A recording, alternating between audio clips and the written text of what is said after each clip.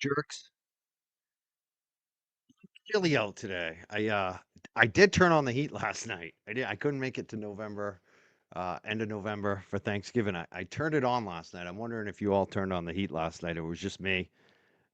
My excuse is always the animals. I'm always worried that they might be chilly, so I did turn on the heat.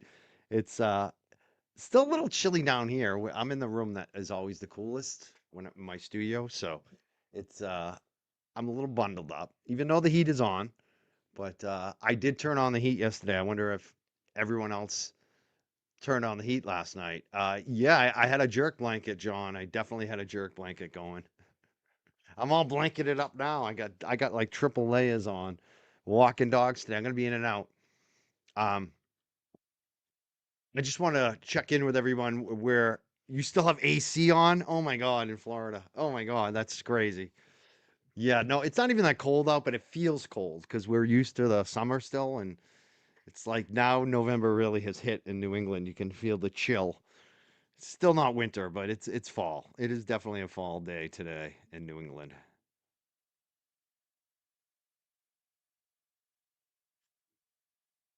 John's still in shorts. He's one of them. Are you like Brian Tully? I'm not. I'm not that hard. Not that hard much of a hardo. I never wore the shorts during the winter thing. No. No flip-flops. I'm a pant and shoes type of guy. Pants and shoes. I don't even wear really. You won't find many pictures of me in shorts either, except maybe in my youth or at the beach. No flip flops. Um, all right. So one of the things I wanted to do today, because we're going to get into the good content tonight, 7 p.m. Howie Carr is going to be here on the Young Jerks. So definitely come back later tonight for that. That's going to be amazing. If you have some questions, I think the Duck King, Rich Schiffer, is going to jump on with us, and who knows, we might even open up the phone lines if we have enough time. Be around tonight, 7 p.m. with legendary Howie Carr. Howie Carr is a guy who stood up to Whitey Bulger, had a mob hit placed on him, and he kept going. Whitey didn't stop his reporting. He had one of the most dangerous people in all of history on him, and how he kept reporting the news. How he's legendary. I'm very happy he's going to be here tonight at 7 p.m. Talking about his new book, Mass Corruption.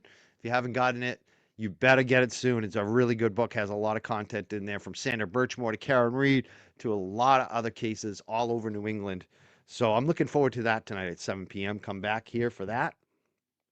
But today we're going to be covering what we've been ramping up to is the Robert Devine testimony. And it's interesting that he's even testifying at this. I wonder, I don't think he was required to, I'm guessing.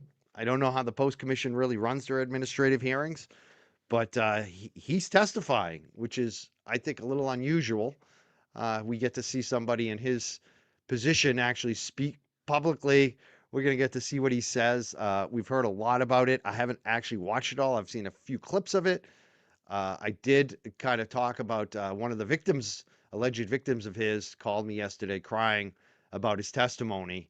Um, it just really hit me a little bit yesterday because it just reminds us of like what we're all doing here in the chat and the YouTubers and everybody else. It's trying to help victims like that and try to air the story out, show the truth, be fair, all of that, get some justice, and that's what we're working towards. I usually when I'm walking dogs, I listen to music. I listen to a lot of music. I have my YouTube. I just stick it in my pocket and I just listen to music. And one of the newest things is the AI songs, which is funny because people expected AI to like replace musicians, but what you're finding is that they're just using AI to redo great songs by artists in new styles, like this one that I'm going to play today. And it's I'm taking a risk playing it on my channel, obviously, but not everything's about money and monetization and all of that. And I just wanted to put this out there today because I love the song. I've always loved this song, and I loved what they did with it. It's Tupac, and it's "Keep Your Head Up."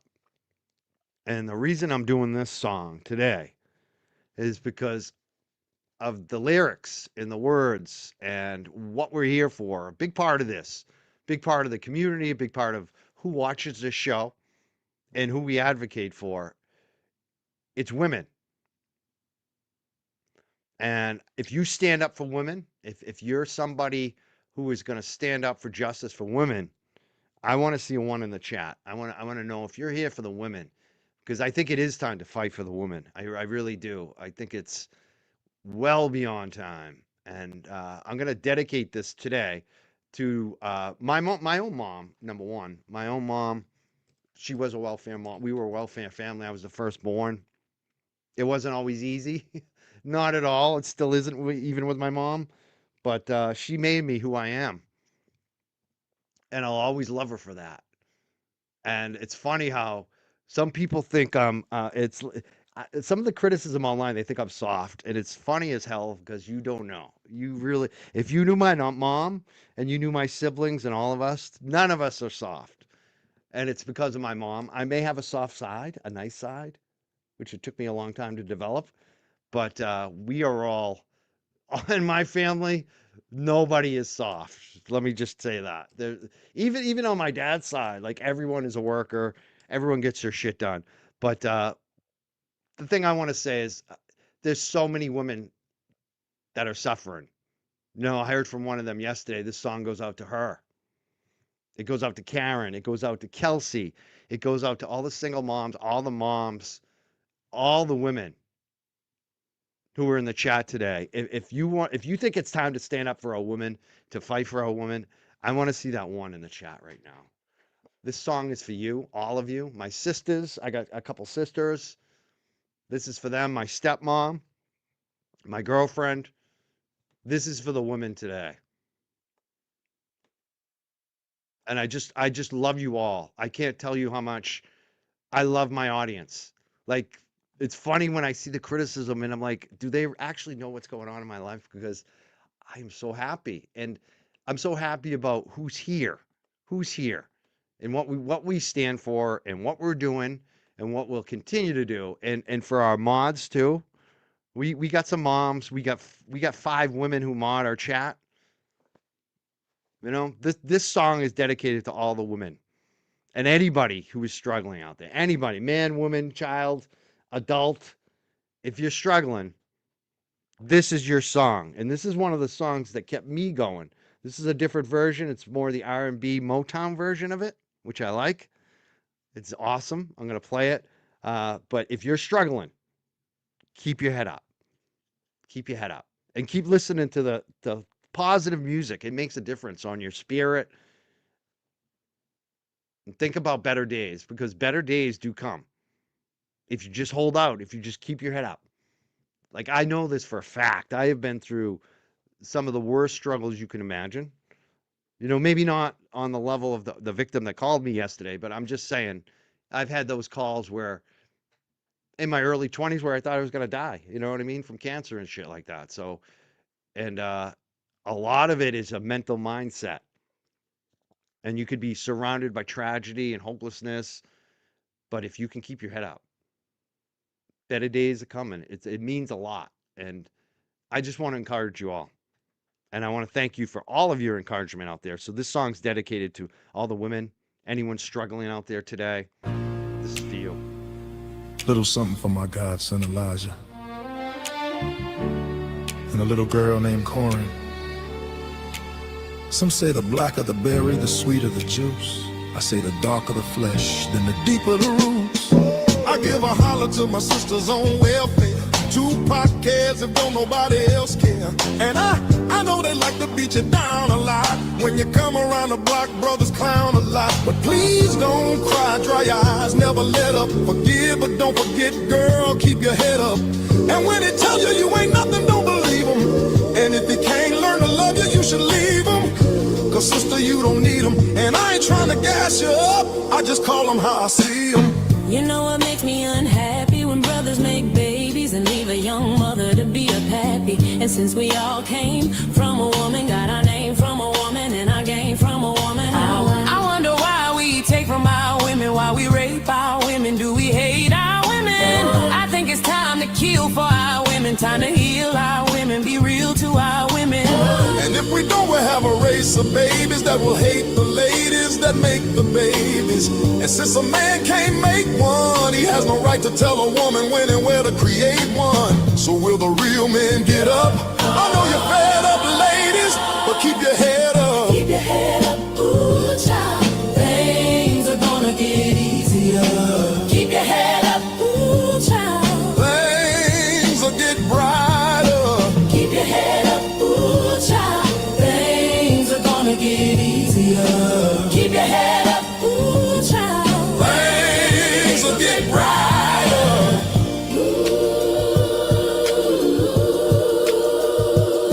Hey yo, I remember Marvin Gaye used to sing to me. He had me feeling like black was the thing to be. And suddenly the ghetto didn't seem so tough. And though we had it rough, we always had enough. I huffed and puffed about my curfew and broke the rules. Ran with a local crew and had a smoke or two. And I realized mama really paid the price. She nearly gave her life to raise me right.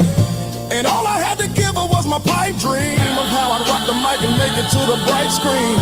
I'm trying to make $1 out of 15 cents. It's hard to be legit and still pay the rent. And in the end, it seems I'm heading for the pen. I try to find my friends, but they're blowing in the wind. Last night, my buddy lost his whole family. It's gonna take the man in me to conquer this insanity. It seems the rain will never let up. I try to keep my head up and still keep from getting wet up. You know it's funny when it rains, it pours. They got money for wars, but can't feed the poor. Say there ain't no hope for the youth, and the truth is it ain't no hope for the future. And then they wonder why we crazy. I blame my mother for turning my brother into a crack baby. We ain't meant to survive, cause it's a setup. And even though you're fed up, you got to keep your head up.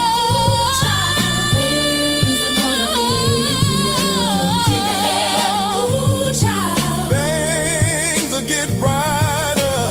Keep your head up, ooh, child. Things are gonna get easier. Keep your head up, ooh, child. Things will get brighter. To all the ladies having babies on their own, I know it's kinda rough and you're feeling all alone. Daddy's long gone and he left you by your lonesome. Thank the Lord for my kids, even if nobody else want them. Cause I think we can make it, in fact I'm sure. And if you fall, stand tall and come back for more. Cause ain't nothing worse than when your son wants to know why his daddy don't love her no more. You can't complain you was dealt this hell of a hand without a man feeling helpless. Because there's too many things for you to deal with. Dying inside, but outside you're looking fearless. While tears is rolling down your cheeks, you steady hoping things don't fall down this week. Cause if it did, you couldn't take it. And don't blame me, I was given this world, I didn't make it. And now my son's getting older and older, and cold from having the world on his shoulders. While the rich kids is driving Benz, I'm still trying to hold on to surviving friends. And it's crazy, it seems it'll never let up. But please, you got to keep your head up.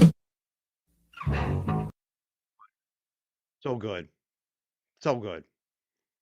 I just posted it up in the chat if anyone wants to give them a like, a follow on that song because I love the that version of it. It was so good.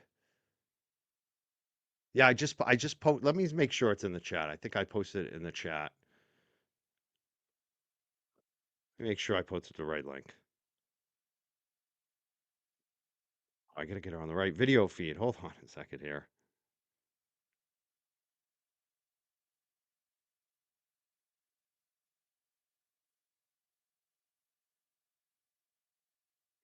I'm gonna say I saw some trolls trying to come at me, like one troll.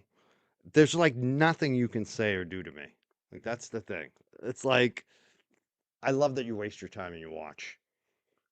I love it. I actually do love it. There's nothing you can do or say to me that's gonna hurt me, actually. It's just like it's funny as hell. I actually quite enjoy it.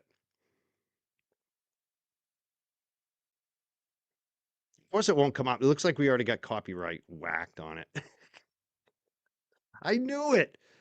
I don't know. We'll figure it out. Maybe we might have to take it out on the replay. I don't know what we'll do, but I think I have the song. Yeah, I'm gonna pin it right now. Earlier it said it was safe. I tried to see if it was safe. That always happens. Oh, thank you for subscribing today. Thank you, Karen D says thank you. Mike 11111. We need a female union. I also think we need dudes to stick up for women more and love women. Law Wifey 25.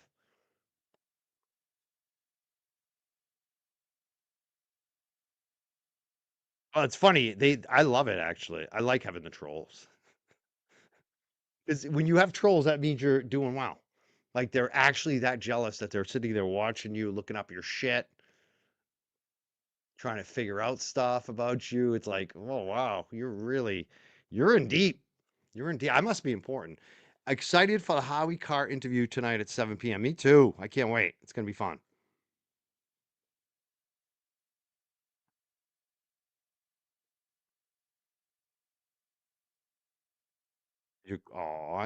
I hope I don't I didn't want people to cry, but I get it because that song does make me cry. It is so friggin' beautiful. Some of my favorite artists were like when men did songs like that for women, or even about like Pearl Jam did some songs that were from the viewpoint of a woman. I love that. I do.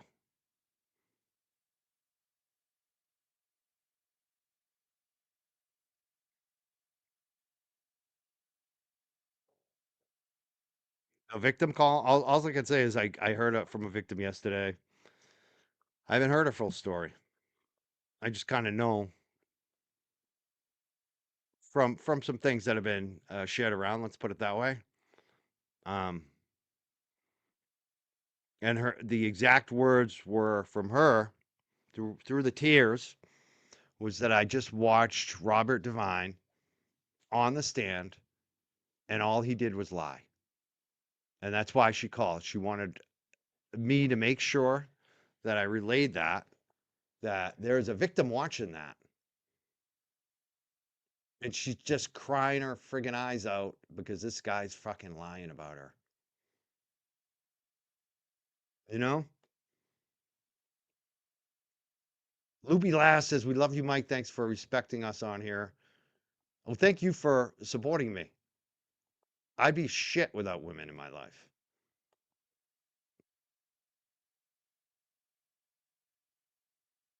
I wouldn't even be here, right? If it wasn't for my mom, I wouldn't be here. So,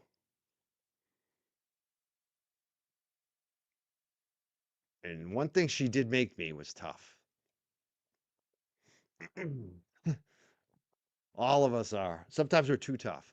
Like too.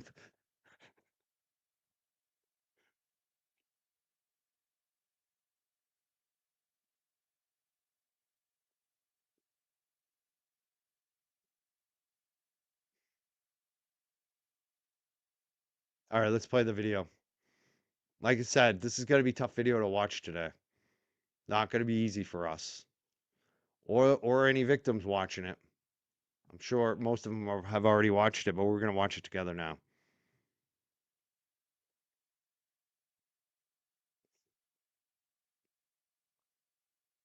All right, Mr. Stone, you want to call Mr. Devine? I do.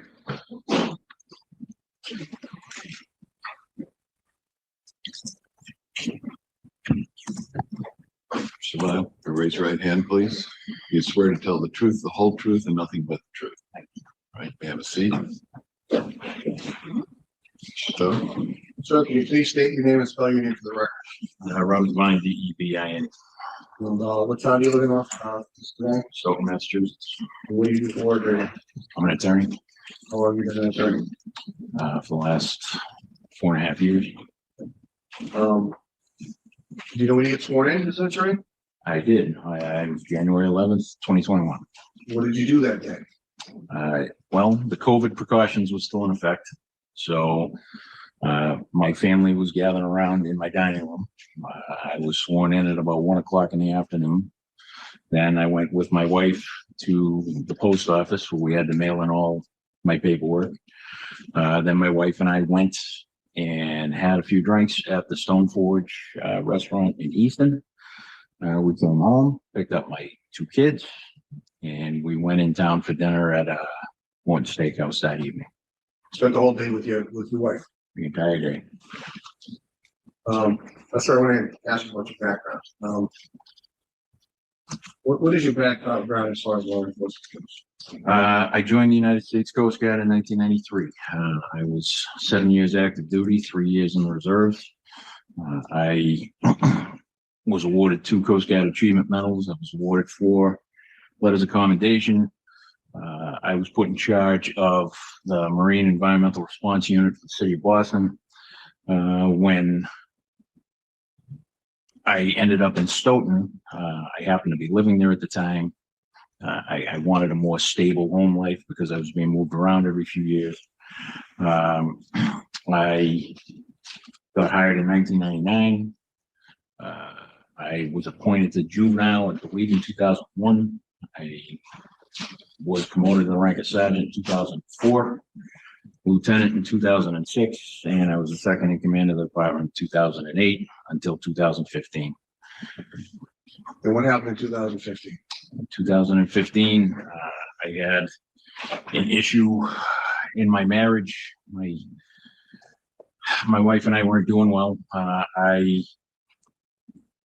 spent entirely too much time at the police department. I spent entirely too much time in my job and not on my family.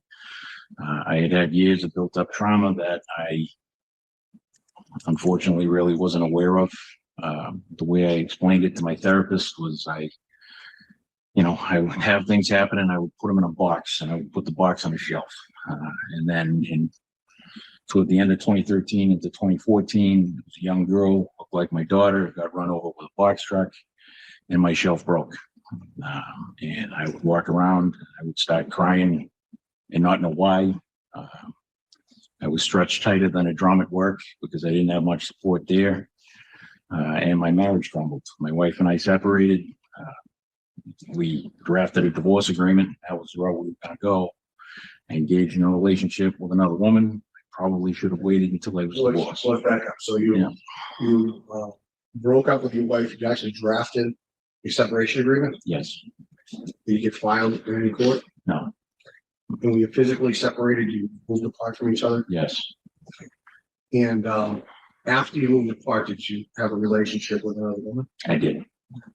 And okay, and after you started a relationship with that woman, what happened? We dated for 4 to 6 months, maybe. And then my wife started having some issues at her job, and I kind of stepped in a protective capacity. We started talking again. We decided we wanted to reconcile.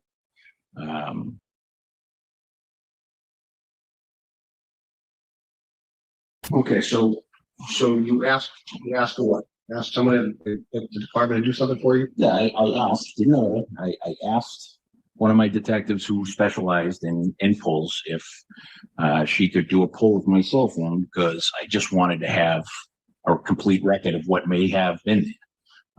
I know we've had some luck with pulling some, deleted messages and things like that. That's what I was trying to do. I was put on administrative leave in 2015. I was completely honest with the investigator, and I ended up being disciplined for abusing my authority and conduct on becoming a police officer, and I lost my rank as deputy chief, and I served a 60-day suspension. Now, as far as violations, sir, what were the violations for? What did you do for those violations? What actually happened? Again, it was, conduct on becoming is kind of a nebulous thing. They didn't like that I embarrassed the police department because it became very public. And the abuse of my authority was because I asked my detective to do the pull on my phone. Okay, so you asked somebody in the department to do a pull on the phone for what reason? Because I wanted to recover a complete record of my own phone. And you did that without seeking a correct authority within the department? Is that it? I mean, that's what the report said. I did talk to my boss about it, but it's not in there. So You didn't file an actual police report that resulted in somebody searching it. I did, no, not for that. I did file an actual police report for a bouquet of flowers with a nasty note that was sent to my home. And that's what started most of this. So. Did you have a problem with your identity at that point? Regularly, not just me, me, my wife, my son. Unfortunately, every piece of social media we had was broken into. Every email account we had was broken into. My poor wife has to use an alias as a police officer in the city of Quincy because her Quincy police work email was being broken into so often. My son's accounts were being cloned. My accounts were being cloned. My family was getting harassing messages. My brother got a message that was allegedly from me telling my sister-in-law that he was cheating on him. I mean, it wouldn't stop. You know, I got pictures of text messages that allegedly came from me, spoofed by my own phone number that someone else sent me, of messages that I allegedly sent. And on a regular basis for years, my wife would get screenshots of conversations that, you know, someone would say, oh, yeah, hey, Bob's talking to this one. And, you know, sometimes they would have a window where they could, you know, make it plausible. And other times, you know, my wife and I were in Florida, you know, so I kept records of everything meticulously, probably up until 2016, 2017, but then it became clear. I filed complaints with Facebook. I filed complaints with Yahoo. I filed complaints with Comcast. I filed complaints with Twitter. I filed complaints everywhere. And then it just became clear it did no good. So, you know, I would keep some stuff here and there, but over the years, you know, I don't have the treasure trove of what I should. What time frame are we talking? Oh, this went on from 2015 until 2020, well, 2021. So as soon as you started your breakup with your girlfriend at that point? Yes. Were you ever able to trace or track who was doing this to you? There were a couple of different people that the state police said. One was a friend of my ex. The others I wasn't quite sure of, and a lot they couldn't track down because it was, you know, these accounts, text now, things like that, they're easy to find. You can route everything through Canada and they can't track it down. So, you know, changed my phone number 4 times. I had to change my emails 3 times. My son's changed his phone number 5 times. My wife changed hers 3 times. It just hadn't stopped. No. What did the department do? What did the state police do for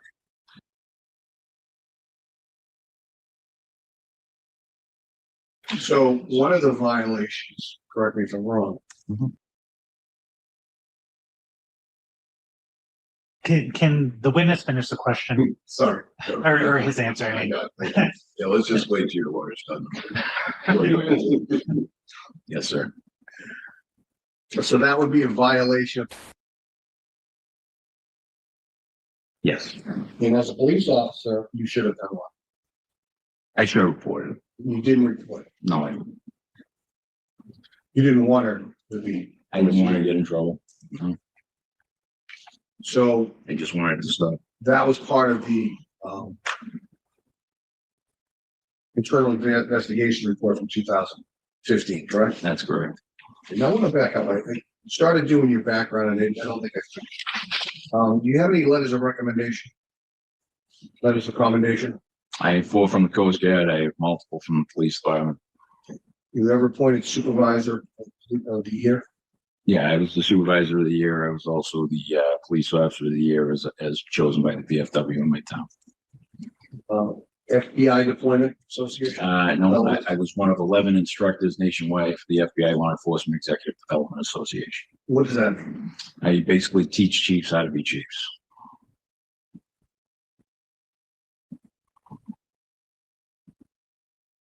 What was your background in this?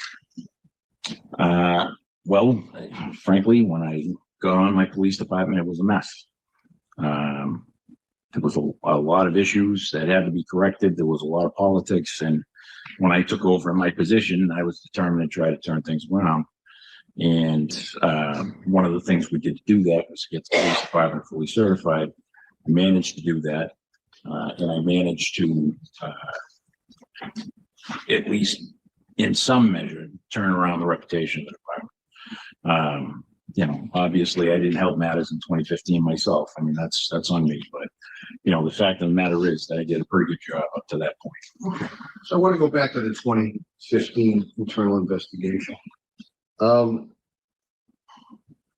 resolved that, right, sir? I did. And did you admit that you did anything in violation of the rules? I agreed to the conduct unbecoming and the abuse of authority. You did need to bring your mic closer to you. I'm sorry. I missed what you said. I said I agreed to the conduct unbecoming and the use of, the abuse of authority. If we could bring up the original documents on page 632. You could scroll it down, scroll through it. You recognize this document, sir? You can scroll up.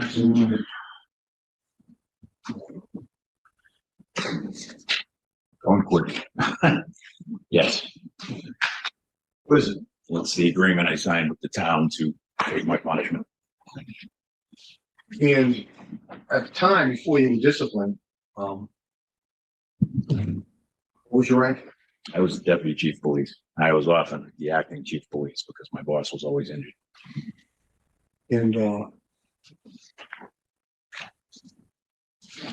you signed this, and what was your punishment? I got dropped down to the rank control officer, and I served a 60-day suspension. And after you had the 60-day suspension, were you trying to get back into the workforce, into the department? I went back to work as a control officer. Any issues about you going back to the department? The minute I got back, What happened? the day I got back, my wife was pulled over by an officer of the department. She filed a written complaint about it, which nothing was done about. I got told that I was going to be a dispatcher, that I wasn't going to be allowed to drive police cruisers. And I sat on the desk for the better part of the next 3 years. The first day I was back on shift, I was put on the desk to train with an officer that I had hired who had less than a year of experience. Who was the chief? Who gave you this? That was Donna McNamara. Donna McNamara. She testified here the first day. Yes, she did. So, what is the dispatcher? Is that the lowest position in the department? Pretty much. So you stayed there for how long? 3 years. And what happened next? After not being disciplined for a thing in my law enforcement career for in excess of 20 years, all of a sudden I couldn't do anything right. How I answered the phone was wrong. How, I handled calls was wrong. I took sick days in a calendar year, and I got spoken to about that, even though there were people in the department that had upwards of 20. It didn't stop. It was a constant. Every little thing was getting nitpicked. In my opinion, they were trying to force me out the door because they didn't want me back in the first place. What was your relationship with Brian? We didn't have one at that point. At some point, did you have one? No, we came to a shaky alliance so we could coexist in the building. Well, what got you there? At some point, you didn't have a shaky alliance. No, we went to the police academy together. We were best friends. Okay. How long were you best friends? Tell us. Your Honor, Attorney Stowe's not letting the witness finish his answers. I agree. Just let him finish. You wait for his question. You wait for his answer, and we'll be fine. Okay. No, we were good friends. Our families traveled together. I was around his kids. He was around my kids. We had a good relationship for a long time. How many kids do you have? Two. What are their names? Do they live with you? Doesn't anymore, but he did for a long time. In 2020, was he living with you? Yes. When did he move up? Well, he stayed with us throughout the COVID event. And then after everything started opening up again, he bought a condo in Marshfield. Do you know when he moved out? Into 2021, 2022, somewhere around there. After SB had passed? Yes. When did he live with you up until that? Well, from the time my wife and I bought the house until then, so 2001 until 2021? 2021, yeah. So who lived in the house in, say, March through August of 2020? Me, my wife, my son, my daughter, and my 2 dogs. The 2 dogs. What dogs do you have? I have a King Shepherd and a German Shepherd who's a retired canine. How long have you had those 2 German Shepherds? The retired canine is 6. We've had him about 6 years. And the King Shepherd we've had for 5. So in 2020, would you have had 2 dogs living at home with you? Yes. And are they noisy? They are very noisy. The slightest thing sets them off. My neighbors walking down the street set them off. It is not a quiet house. Now, I want to get back to relationship with Brian Holmes. You said you were friends, good friends at one point, traveled together. Yeah. And where had you gone together? I mean, he had a house in Wareham, you know, so we would go down there on the weekends here and there. And other than that, it was just, you know, going to sports games together, things like that, just stuff that guys do. And at some point, there was a break in relationship. Is that Yes, right? that's What correct. happened? I can't remember the exact year, but I was still the deputy chief of police. There was a friend of his who was a former police officer who had been sent to jail, and he got an appeal. You know, I testified at his first trial, so I was called to testify at his second trial. He had a new attorney because his first attorney had passed away, and this attorney wanted me to testify to some things that I just wasn't comfortable testifying to. So they didn't call me to the stand. The next day, Brian burst into my office, red-faced, yelling that I left this guy out to dry, and how could I, and how could you leave him hanging? Almost exactly what he said here, you know, last month. And from that moment on, we just weren't right. What year was that? I'm not sure. I like I said, I was still in charge, so it might have been 13, 14-ish, somewhere around there. And what happened next with regard to your relationship? I came back to work. He and I didn't speak. It was very cold shoulder. A lot of the supervisors shunned me in general. I was told by one that I intimidate them all, so, you know, they're not going to talk to me, which I didn't understand. They all outranked me at the time. And then my father passed away, and it was probably a year after his father had passed away. And he actually did approach me, and he handed me a St. Patrick's coin, and he said he was sorry. And, you know, could we try to exist in the building together? And I said, yeah, that's fine. I said, I think we need to go and talk some things out. But, you know, for now, we can try and call it truce. That conversation never took place. And, you know, the conditions really didn't change all that much. But that was the incident that, you know, we could at least speak. Was there an incident involving your daughter? Shortly after I came back, the police department, most of us in my age group, we all had kids. And unfortunately, when you have 2 income homes, sometimes the kids got dropped at the station until you left work. So my daughter got dropped one day. She was about 8.5. The school resource officer saw her and allowed her into her office, gave her crayons and a piece of paper, and she was in their drawer. Well, right next to the school resource officer's office is a bank of mailboxes, and one of them close by, unfortunately, said Holmes. So my daughter, wanting to protect her dad, you know, I'm a Star Trek fan. I watch it all the time. And she heard a quote in there that she thought was cool. She wrote it on a piece of paper. She put it in his mailbox.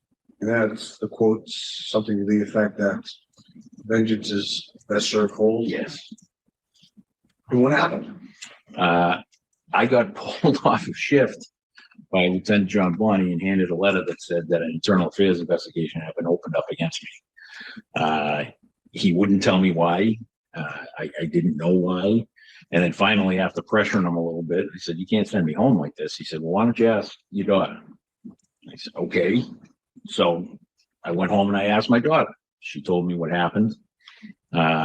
But a full-blown internal affairs investigation resulted. I was interviewed, other witnesses were interviewed. And at the end of it, Lieutenant Barney found that I committed no wrongdoing. But then the chief issued a no trespass order against my 8-year-old daughter. And who was pushing the investigation? Brian. Did you ever approach Brian about that? No, he outranked me at the time. So, I didn't think anything good could come of it. You were a patrolman, right? Yes, See, when you were deputy chief, was he a deputy chief? he was a sergeant. Sergeant. Yeah. So he took your job. Yes, he did. So you got demoted, he rose up into your job. That's correct.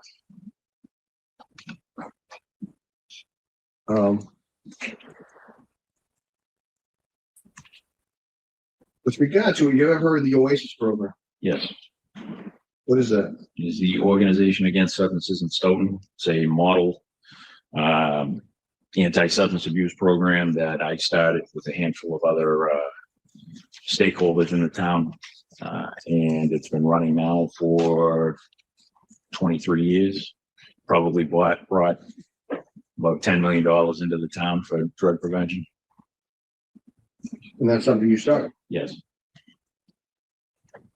What about the Explorers program? What is that?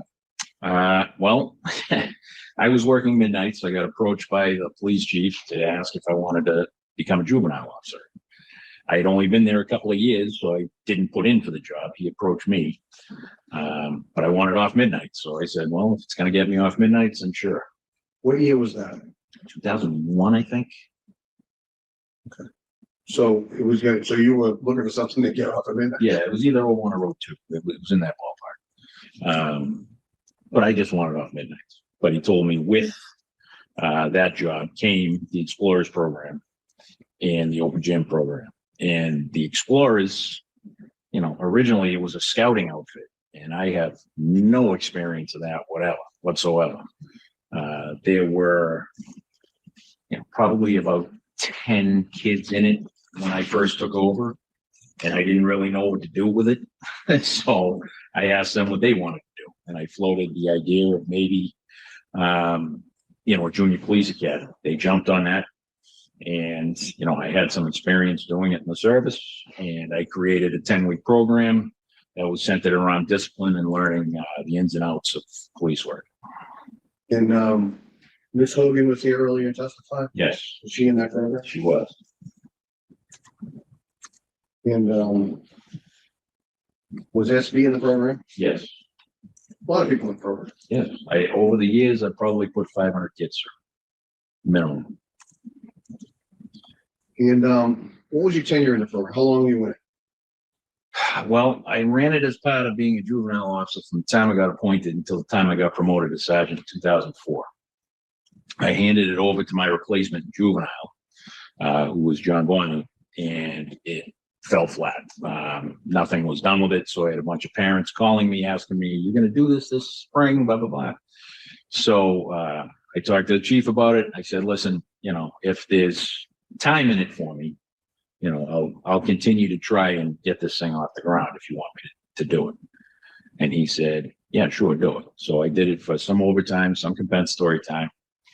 And I had it from 04 to 06 when I made lieutenant.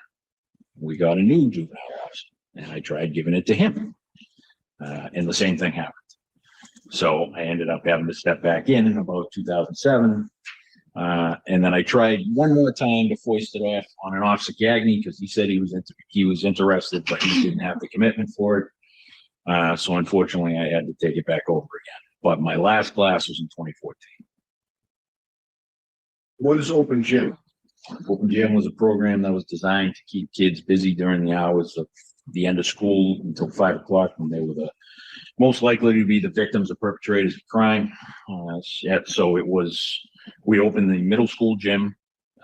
We provided athletic equipment. We basically let the kids play whatever they wanted to play: football, basketball, street hockey. There were a million different things. To correct some of the things that were said earlier, there was, between 50 and 100 kids in that every day. There were a myriad of adults that came and went. And Sergeant Hardy and I were in there together every day. And what were the years that you were Would you have been called a juvenile officer? Yeah, just when I was a juvenile officer. As soon as I left the juvenile office, I left that behind. And what were the years? Probably 01, 02 to 04. 02 to 04 maybe? Yeah, it wasn't that long. It was only a couple of years while I was in the juvenile office. And did you have the opportunity back in 2002 to 2000? She was, but yes, Well, she's referencing the IA report, is that correct, sir? that's correct. And please tell the judge about your relationship with her. I didn't have a relationship with her. She was obsessed. She would have people drive her by my house. She would look up my phone number. She would use the other kids' AOL accounts to try to talk to me under someone else's name. It was uncomfortable. There was a lot. It was just really uncomfortable with her. Did you reach out? I'm sorry. Please, Yeah. let me get in trouble. So no, spoke to my wife about it, and so she was aware that I was uncomfortable with this kid, and we just had the basic, well, be careful, everything else. And, one of the big things when I worked in the school was I was never alone, ever. I was adamant about that, is that because it's a school, there's young kids, you don't want to be accused of things like this. And whenever I had to have a conversation with a student, it was with an assistant principal, it was with Roger Hardy, or it was with someone else. In this case that they brought up, I had high school volunteers there. I didn't have another police officer yet. So I had a conversation with her with an open door, with a sign-in desk behind me, with hundreds of kids coming and going, taking equipment out. But I didn't want to embarrass her either. So I was trying to give her some privacy. Well, what was the issue? Her mother came in to talk to me. She said, listen, my daughter's not doing well. Her and her husband were getting divorced. Could you speak to her? And I said, well, I don't know what good that's going to do. She goes, well, you don't understand. You mean a lot to her. I said, well, why do I mean a lot to her? She said, you don't understand. You're on par with John Bon Jovi. That's the exact word she used. She goes, and I would ask you to speak to her for me. I said, fine. After that conversation, again, I was a little uncomfortable. So in the open gym, there's an office, because I didn't have an office at the time. I got an office the next year. The door opens into the gym. Okay. And there's a desk up against it with the sign-in sheets right there, the cage behind it. All right. Right. So I took her behind that desk as I was standing in an open doorway. And the first thing I said to her was, there's a pretty good age gap here, right? And she got all red-faced and she stared at her feet and she said, yeah, I know. I said, your mother came to me all upset. She asked me to talk to you about, the path you're walking down. I said, I don't know why you have this infatuation, but, you're going to grow up. You're going to turn 18 one day. You're gonna have boyfriends in high school. I'll be a distant memory. And she said, okay, all right. And please, start put some work into your schoolwork. You said infatuation. What did you understand what her infatuation was? Her mother told me that she was infatuated. Like I said, I was on par with John Bon Jovi. That's all I remember. Her mother was that she was infatuated with me and that she thought a conversation from me would be helpful in turning her around. Did you ever give her a hug? No. It's the last thing. What is your understanding about what her mother did with her as far as medical treatment? I don't know. I really didn't want anything to do with her, if I'm being honest. I asked the other officers I was working with if there were issues with her, if they could handle them. And after a while of being uncomfortable, I asked her to not come back to the open gym either. I didn't want to be around her. With regard to the open gym, then, with regard to her, did you have any further contact with her after? After that, no. Now, a gentleman, is that correct? Yes. Okay. And did you talk I have. And you recently have some surgery, sir? He had a back surgery, in the last few weeks. He has trouble ambulating because of it. Yes, Now, he provided you an affidavit, is that correct? that's correct. Page 1268. What were the circumstances under which, you got the affidavit? Objection, Your Honor. Grounds. As a potential witness, if he's going to testify, that's fine. Mr. Devine should not be testifying on his behalf. The affidavit speaks for itself. I agree the affidavit seeks some information why we have it. It's part of his response to post that is currently in evidence. This was part of the response provided to post, which Well, that's fine. You can tell how it was submitted or created, but in terms of the substance of it, we'll stick with the affidavit. right, Words of the affidavit. Right. So, which certainly foundational work in. go ahead. Sir, document, So there's no expectation that he's gonna appear live. no. So, Mr. Devine, I want to show you an affidavit of here. Is, how is it you came to get this document, sir? Well, called me probably 10 years prior, Prior to what? prior to this post. It's probably somewhere in the vicinity of 2013, 2014. I was still on Facebook at the time. So was he. We were Facebook friends. I hadn't seen him since high school, so it's not like we were hanging out. We were best buddies. You know, I would talk to him here and there on Facebook. He called me and he said, hey, can I have your phone number? Something disturbed me. Can I talk to you about it? And I said, sure. So I called him and he asked me if I knew. I said, I do. I wish I didn't. I said, why? He said he was newly back in the dating game. He was trying some dating apps and he matched with this woman. And they went out and. So is this the substance of the affidavit? I don't know. Well, it's what I was told. No, hold on. Talk to your lawyer.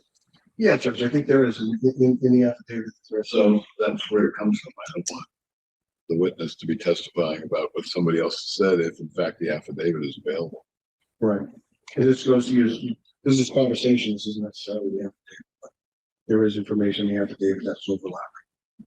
Say that again. This was this conversation with a hearsay conversation. but it's- That's referenced that he discusses in the affidavit. Yes. So let's get it from the affidavit. So you had a conversation with him and you've read the affidavit, is that correct? Yes, The information that he provided you is in the affidavit. yes. How is it you got the affidavit from him? Once I found out through post, that made allegations against me, I remembered the conversation that I had with him. So I called him and I asked him if he'd be willing to make a statement about it. And he said, absolutely. And he generated that. Did you write that or did he write that? I gave him a framework and I told him to just write down what happened.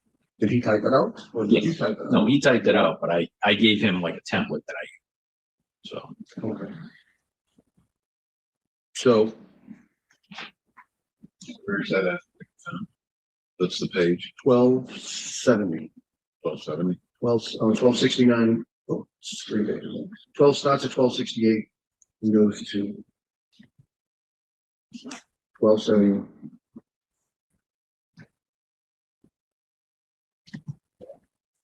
Why don't you just keep this text a little larger so I can take a minute to read it? So on that line of questioning, sir, you talked about post investigation, but I want to actually back up. How is it you became? How is it you learned to know SB? she joined the Explorers program. Do you know when she joined? I don't know the year. She was around 13, I think. And how was she as an explorer? she was tough. You know, the program is built on discipline, and she didn't take to that all that well. She didn't have the physical fitness to keep up with a lot of the other kids, but she did try hard.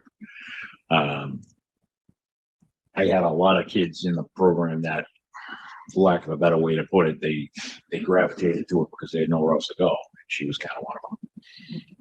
Now, you told us a little bit about the structure of the sports program. Who did you have as instructors and participants as far as teaching? Or Half the department, and including my wife. did your wife work with you? Yes. In what capacity? When I needed certain things taught, I would ask if she would come down and volunteer to do it, which she did. In exchange for a nice letter I had a boy sent to her chief, but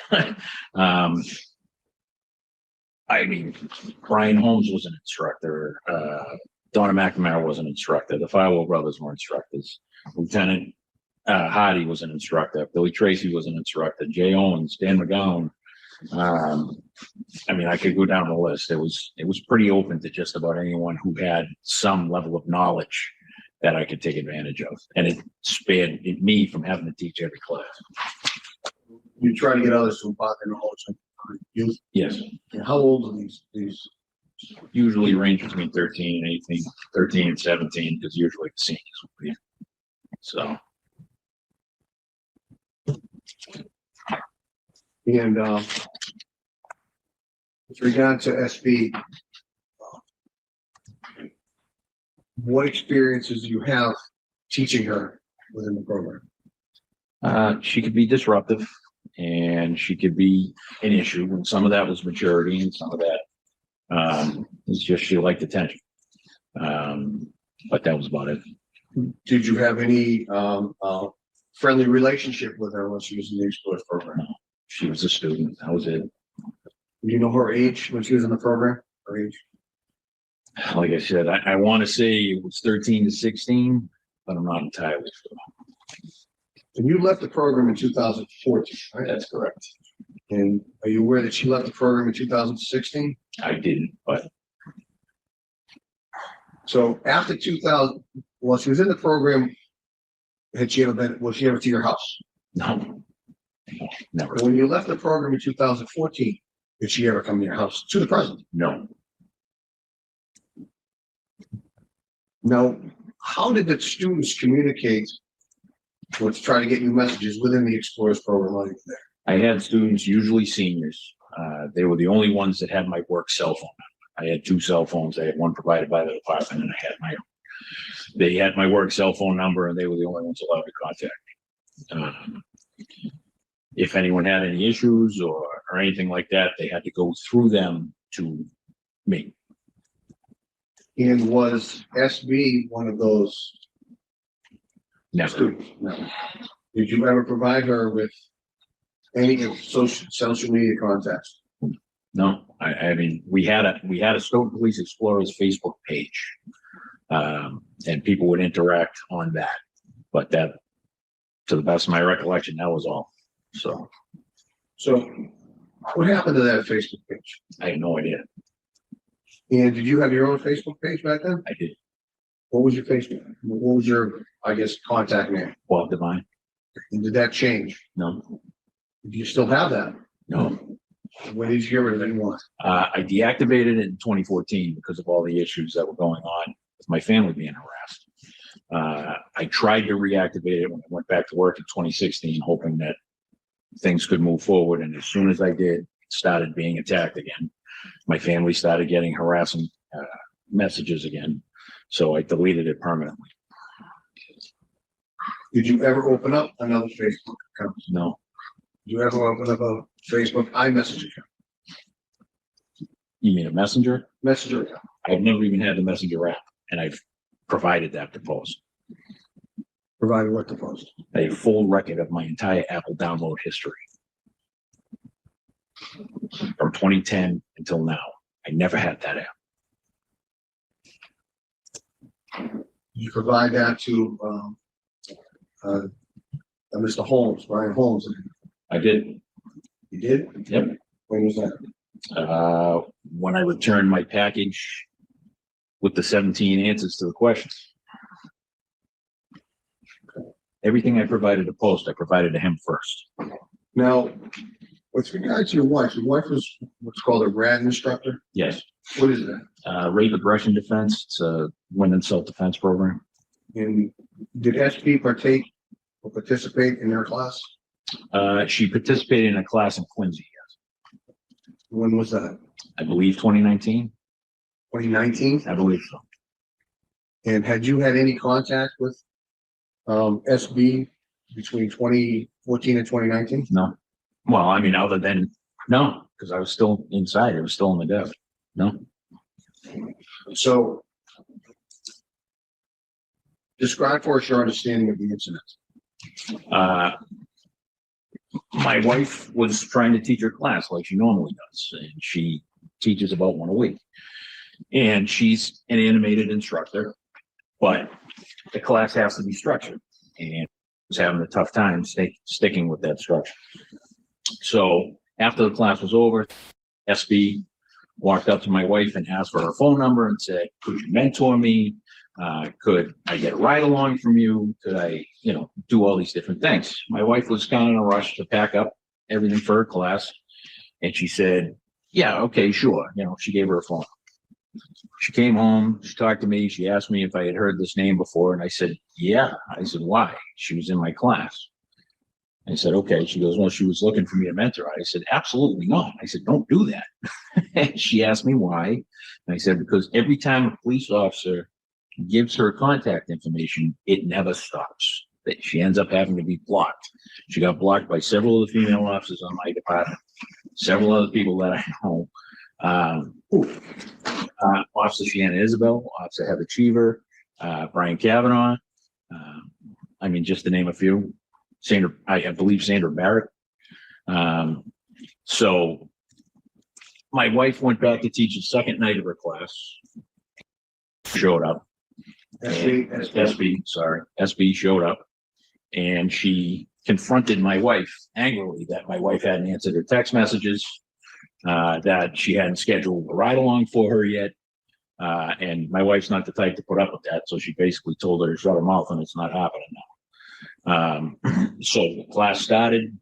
She continued to be disruptive, and a Quincy police lieutenant had to ask her to leave.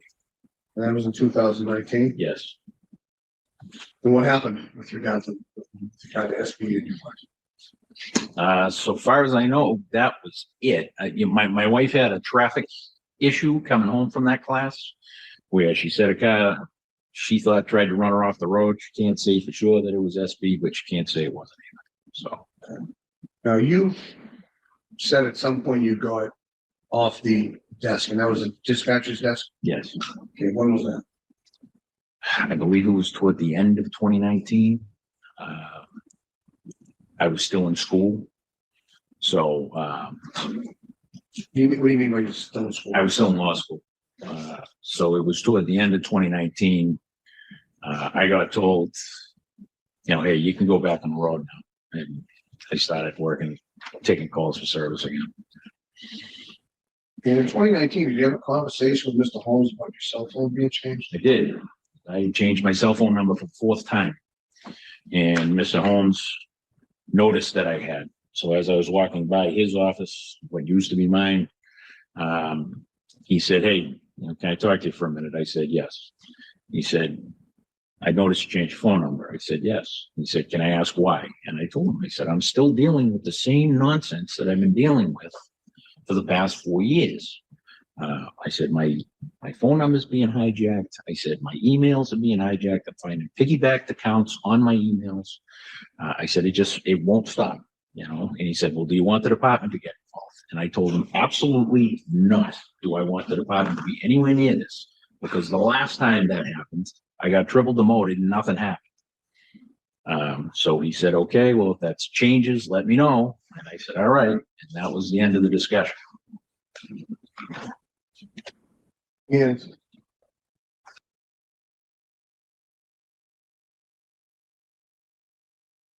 now, what steps did you take to try to correct your messages? At first, I tried everything. I reported it. to the police department. I worked with the state police.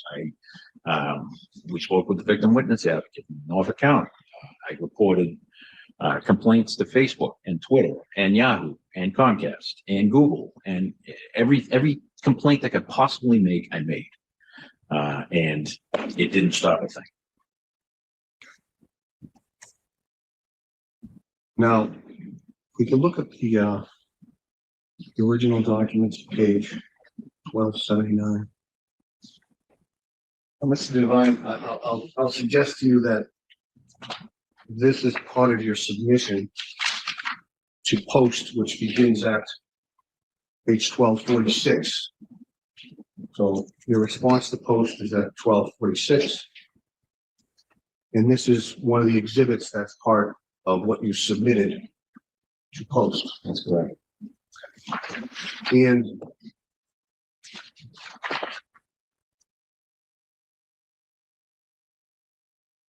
So I lost my temper and I sent that back to them. did you have any Facebook accounts at that time? No, but my family does. And did you submit that to Detective Holmes as part of the internal investigation? I did. Okay. Did you go through the exhibits that were part of these IA report? I did. Is that email in there? I didn't see it. Does anyone believe that he didn't have a Facebook account? His family did, but he didn't. Does anyone believe that he didn't have a Facebook account? Anybody? Anybody in the chat? It's not part of it, is it? I didn't see it. So you submitted that to the town of Stoughton Yes. and it didn't make it to the report. No. Do you know what happened to it? I have no idea.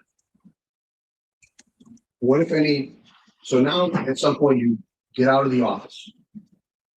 You're not at the desk, what happens as far as SB? Well, I went back on the road and I would usually work the same area of town.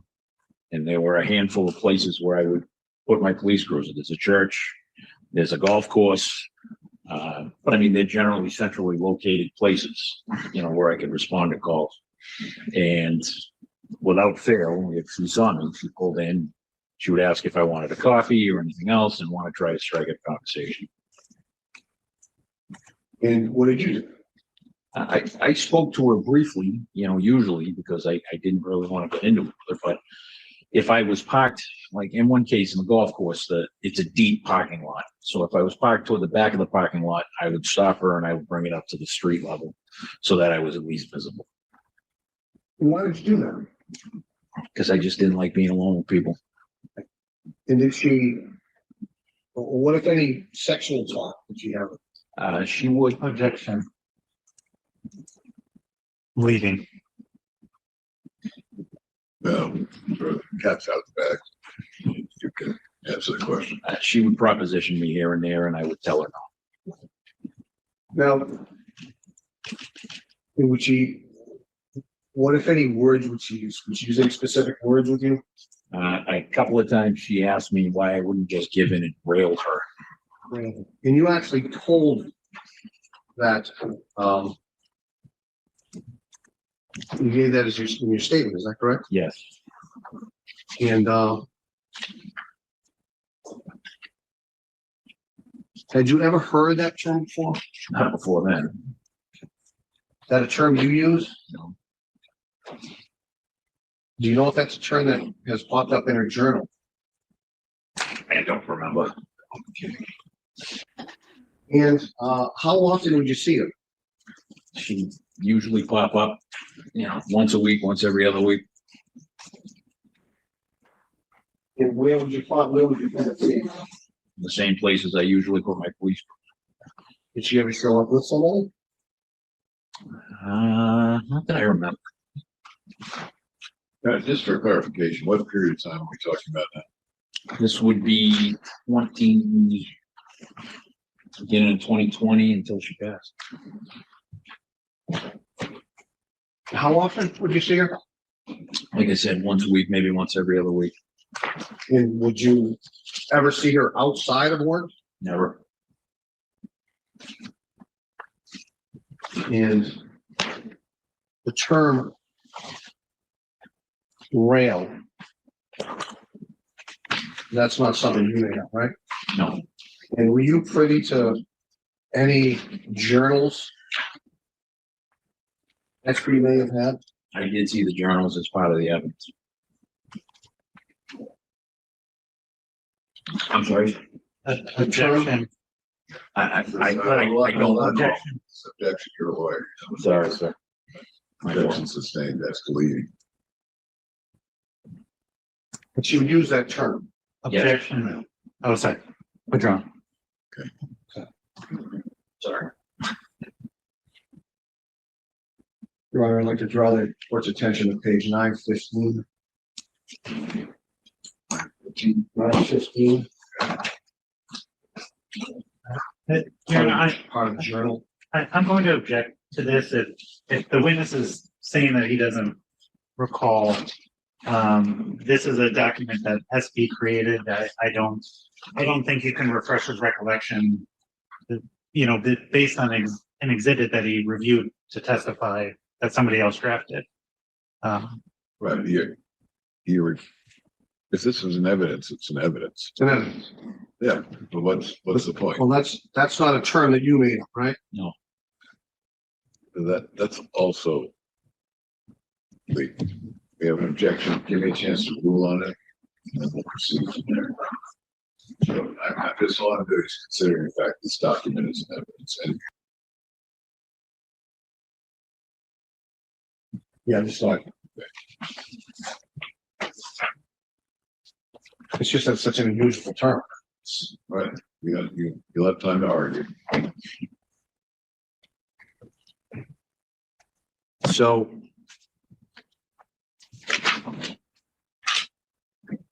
Had SB ever been to your house? No. And you were invited to your house? No. Now, when you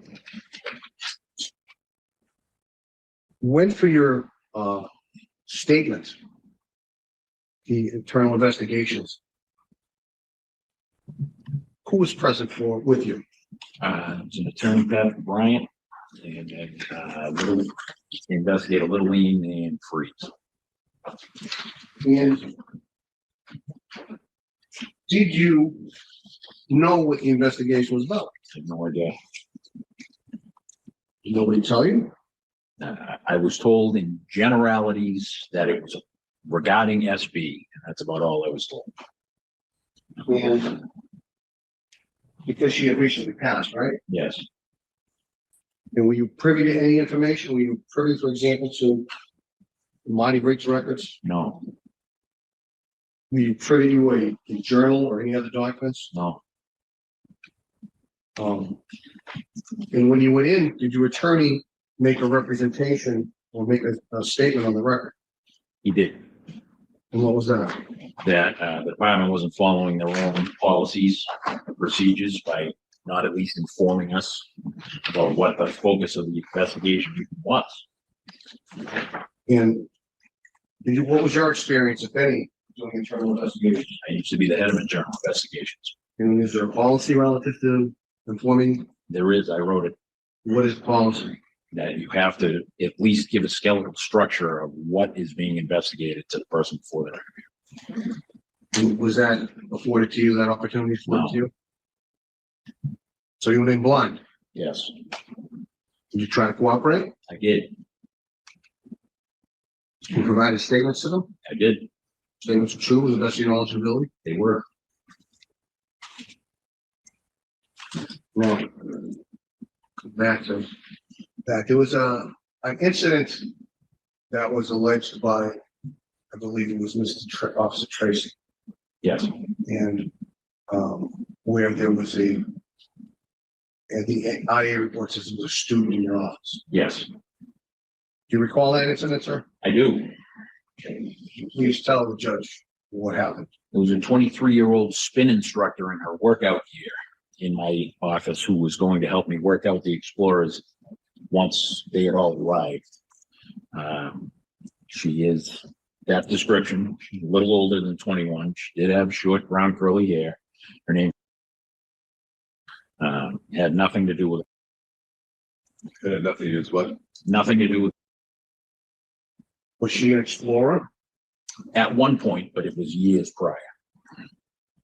She was 23. Mhm. And she gone to college? I don't think she did because she was working as a spin instructor and a bartender. So I don't think she did go to college. Did you have a conversation with, it was Officer Tracy afterwards? I did. What was the conversation? I told him, thanks, you almost cost me one of my best physical training instructors because she was offended that he was offended by what she was wearing. Now, describe the office you were in. It's right in the middle of the police department, visible to the dispatch area. I had a window in my door and I had two solid windows without shades next to it. You can see right in my office at all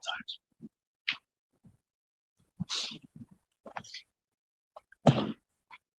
Now, between 2016 and 2000, Because I missed. between 2000, You said, what was she in your office for? What was the purpose of that? We did physical training for the Explorers classes. So the Explorers. Yeah, and That's what I thought. yeah, and she was a heck of an athlete and a heck of a trainer. And frankly, as I got older, my knees didn't cooperate as well, so she would take a lot of it for me. So how often did she come to help out? during the 10-week class, she might come in, 3-4 times after her work at the gym.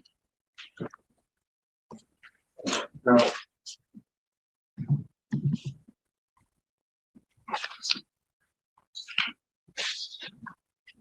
I want to talk about the interviews that we have. We have So before you go forward, you're gonna be going for a while, I assume. just, yeah, a little bit. I'm just thinking if this is a good breaking point, maybe we'll stop for the day and It is. continue tomorrow. All right. It is. All right, you may sit down. Thank you. Thank you, Your Honor. And we'll reconvene here at 10 o'clock tomorrow morning. Other than Mr. Devine, are you anticipating any other witness? No. See you tomorrow. We're not going to ask, I think we'll begin this process. We're going to do a closing, we can submit papers, a closing of papers. Well, I want you to see, let me, I need to do that. I know. Fine. I'm sorry. So what's your preference? I'd rather submit a written response. I think Your Honor actually indicated it might be easier for you to get a written response. Yeah, and I don't, how about you feel about it? I think given the sheer volume and I'm sure you've noticed even during our questioning, it's hard not to jump because the records are so out of order. I do think written is very preferable. Yeah, no, as I listen to this, I come to appreciate the volume. I agree with both of you. So we'll plan on this. You don't have to worry about closing statements tomorrow. We're going to schedule tomorrow after we complete the evidence. Okay. All right. Thank you. Thank you. Thank you. All right. Good morning, everyone. I think we're good to get started. Today is Wednesday, July 16th, 2025. The time is 10:01 a.m. This proceeding is hereby called to order. This is the fourth day of the heard proceedings before the Massachusetts Peace Officer Standards and Training Commission in the matter of Robert Devine. This hearing is closed to the public pursuant to an order issued by the hearing officer on May 30th, 2025. We are convening in person and only necessary commission staff are permitted to observe the hearing. This hearing is being audio and video recorded, so parties should speak directly into the microphone to ensure the audio and recording is clear. The commission is represented by Attorney Sean Martinez, and the respondent is represented by Attorney Robert Stowe. My name is Elizabeth Smith, and I'm hearings administrator for the Post Commission. The Honorable Kenneth J. Fishman will serve as the hearing officer over these proceedings. Before we begin, I'd like to remind the parties to use initials when referring to any alleged victims or minors, and to specify whether they are referring to exhibits in the binder sent on June 3rd or the additional materials that were sent to the parties yesterday.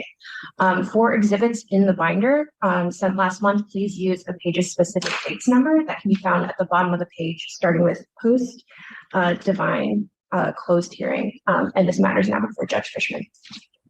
Good morning, counsel. Morning. Mr. Devine, you can resume the stand, please. Mike, that you're still under oath? Yes, sir. So you completed your direct? I have not.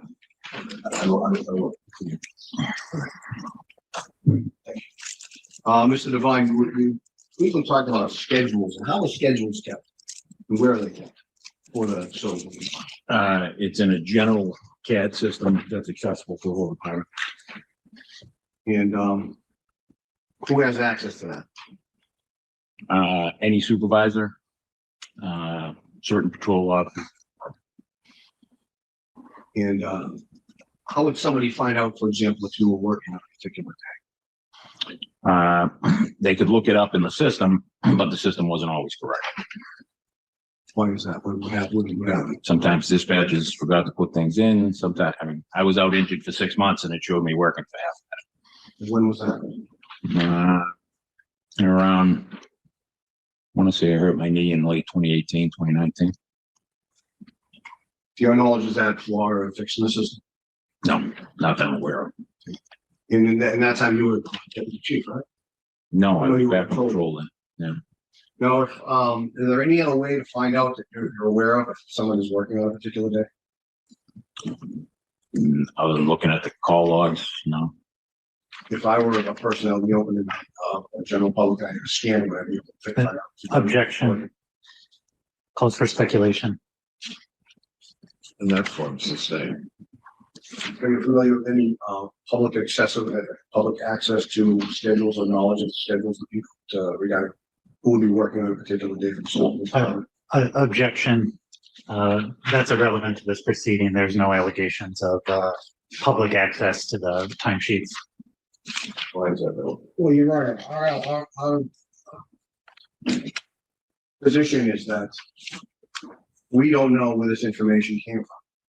And if SB or someone else had access to a schedule, they could create this document that's Marty Riggs because they're able to get that information through public available means. Or in this instance, they could get it through police officers if they know police officers. But it's still speculative, isn't it? You don't have any, there's no evidence that that in fact occurred. No, but I'm simply asking public access to figuring out who was working on a particular day. It's my understanding that the government's going to try to introduce some, try to do some evidence of schedules.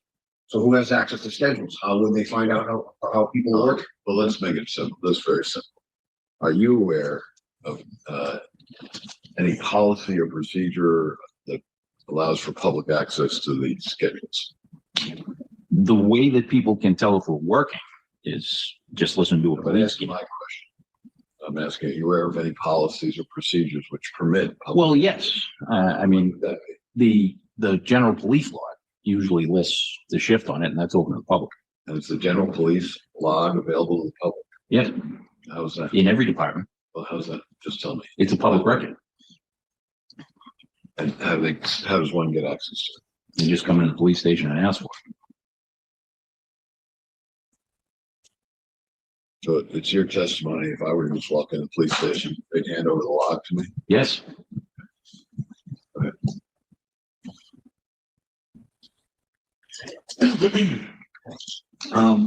Was the schedule available to Matthew Farwell? Yes. The schedule available to William Farwell? Objection. Leading and there's no time period. Sustained. In 2020,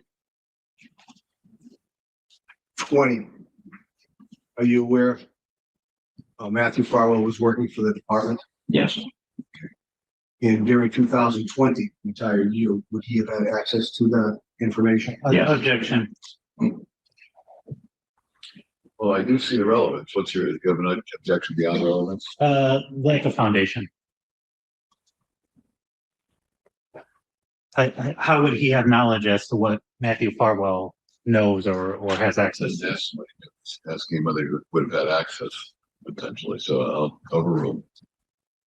And I think you answered it anyway. yes, he had access to them. And as far as William Farwell, would he have access for the entire year of 2020 if he was working for the department? Also had access to them. Was he working, were they both working for the department in the years Yes, 2020? How do you know that? I was working there at the time and they were both there working. And Joshua Heel, you know a man named Joshua Heel? I do. Was he working during the year 2020? Yes, Would he also have had access to the schedule to your knowledge? yes.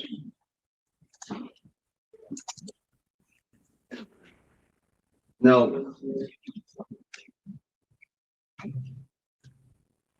want to draw your attention to your submission.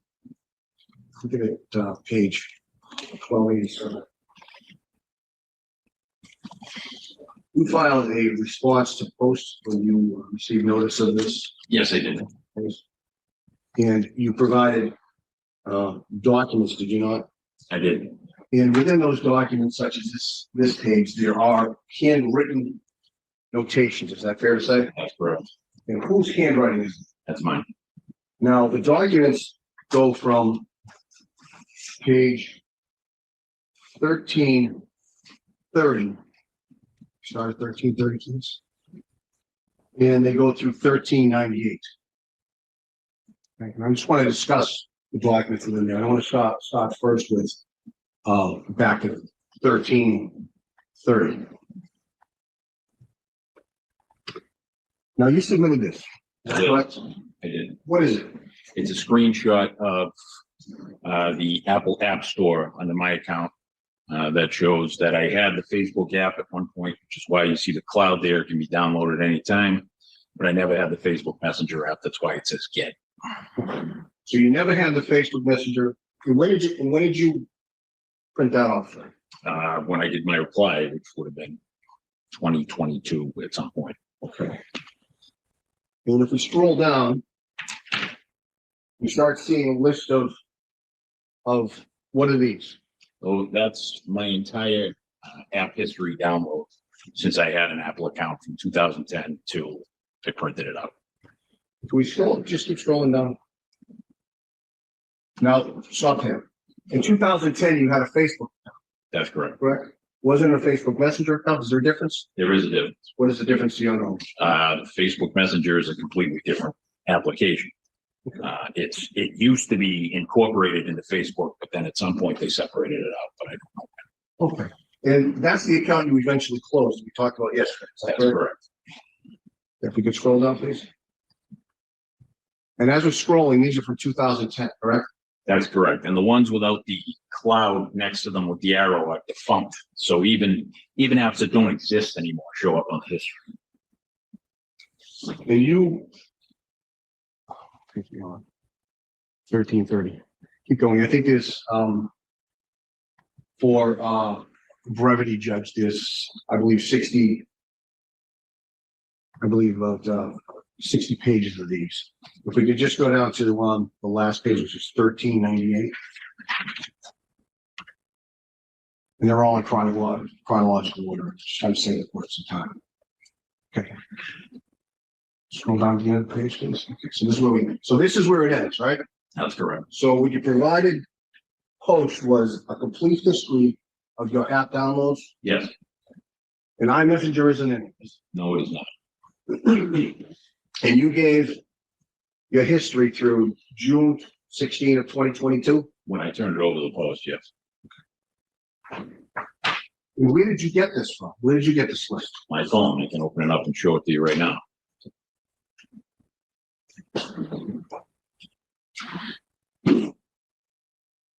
Now, if we go to page 1287. What is this, sir? That is a fake Twitter account that was designed to infer that it was me. Objection to the answer. It's speculative. Just saying as to the second part of the answer. How did you find out about this? It friend requested me on my old Twitter handle. It has several friends on there that were friends of mine, including Lisa Klosnick and some of the other ones that are shown right there. And there were little nuggets dropped in there. The person was a police officer. The person was in the Coast Guard. The person was currently in law school. It was clearly meant to emulate me. Objection. Saying. So this wasn't your account? No, Right. And when they took your interview in 2022, did you tell them you had had problems all along with your accounts? I did. And that's in your interview, right? It is. It's, I believe, on the interview number 3 that we talked about yesterday. That's how it's marked. Yes.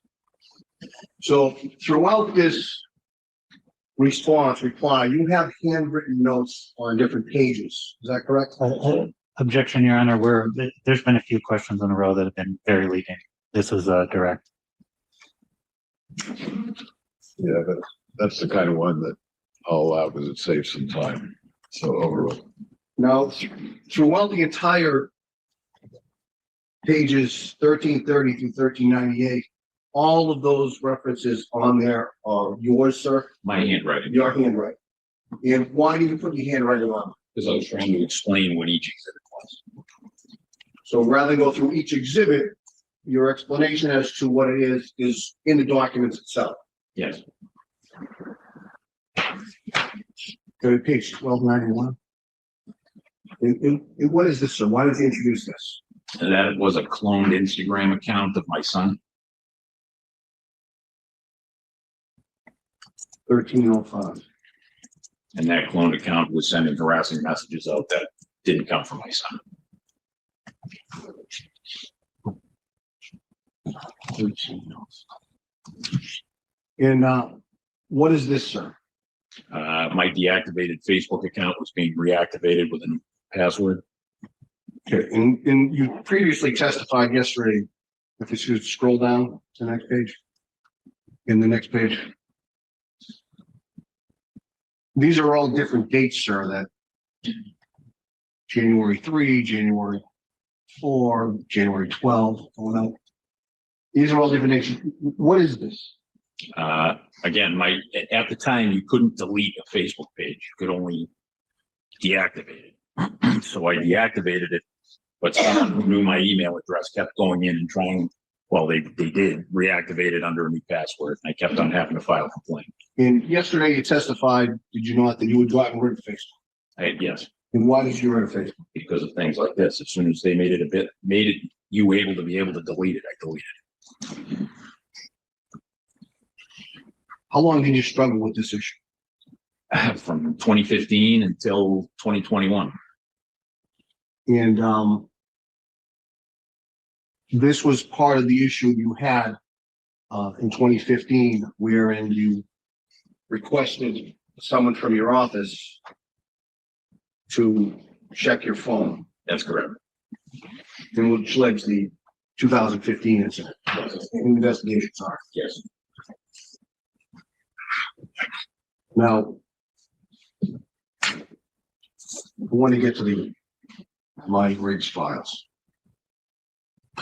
Page 354. Now, Mr. Devine, on the first page is this, it's dated 11. First entry is dated 11/25/2020. Is that correct? Yes, sir. And it's from what it shows here, it's from SD, correct? That's what it says. And the next date is 11/27/2020, Yes, sir. again from SB. Yes. And then the next response appears to be from Marty Riggs on 11/27/2020. Yes, sir. 11/27/2020, significant for you at all? Yes. What happened on, what were you doing on 11/27/2020? waiting for my grandmother to die. Where were you? Bouncing back and forth the entire time between my house, my work, and her nursing home. There was COVID precautions in place, so we had to watch through a window while my dad dressed up in full plastic and was the one to sit with her, and she died the next morning. Objection, Your Honor. He's now speaking about, or he's now answering beyond the question. It's where was he, not where was his father? Was this an observation you were making through the window? Yes, sir. Overruled. And where was that? She was in a nursing home in Norwood. What do you know the name of the nursing home? I don't recall it.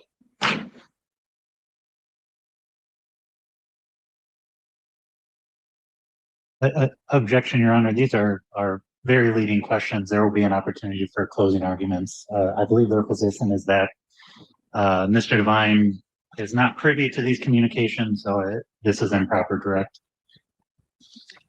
This is a documented evidence. Yes. Right, so the parties can read it, publish it, so to that extent, I'll allow them to answer.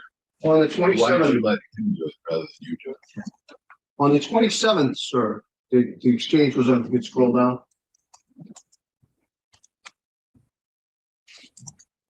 Keep scrolling down. Keep scrolling down. Good page. What is that on? What is that? What's your understanding of what that means? Laughing out loud. Objection. About what LOL means? But he's just interpreting messages which he's claiming to have no personal knowledge of. I think it's a general question. Well, unless you're gonna allow something, create some foundation for what LOL, how he would know what LOL means. Otherwise, he can just read what's on there. Does this sound like the type of conversation someone would have if they're waiting for their grandmother to die in a nursing home? Objection. This thing.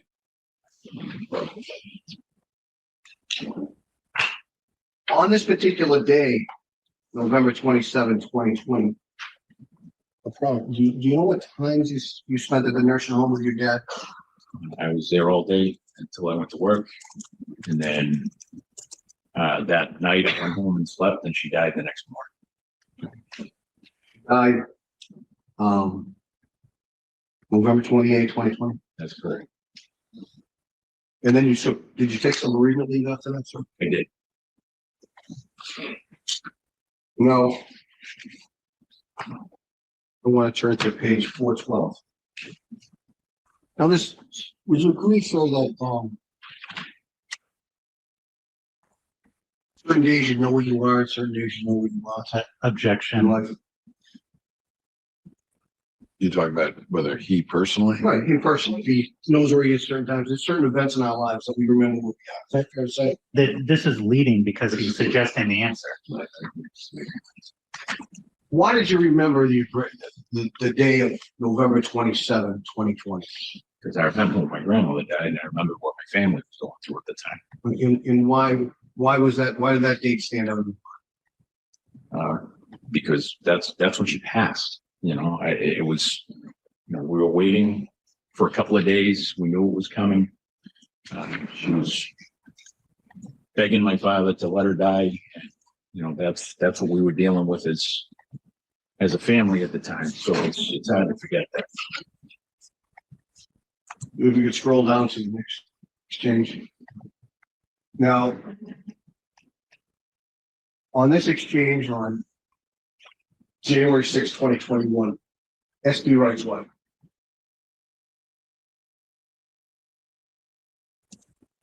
Is there a term within the department, or what is your understanding of what an FTO is within the police department? Field training officer.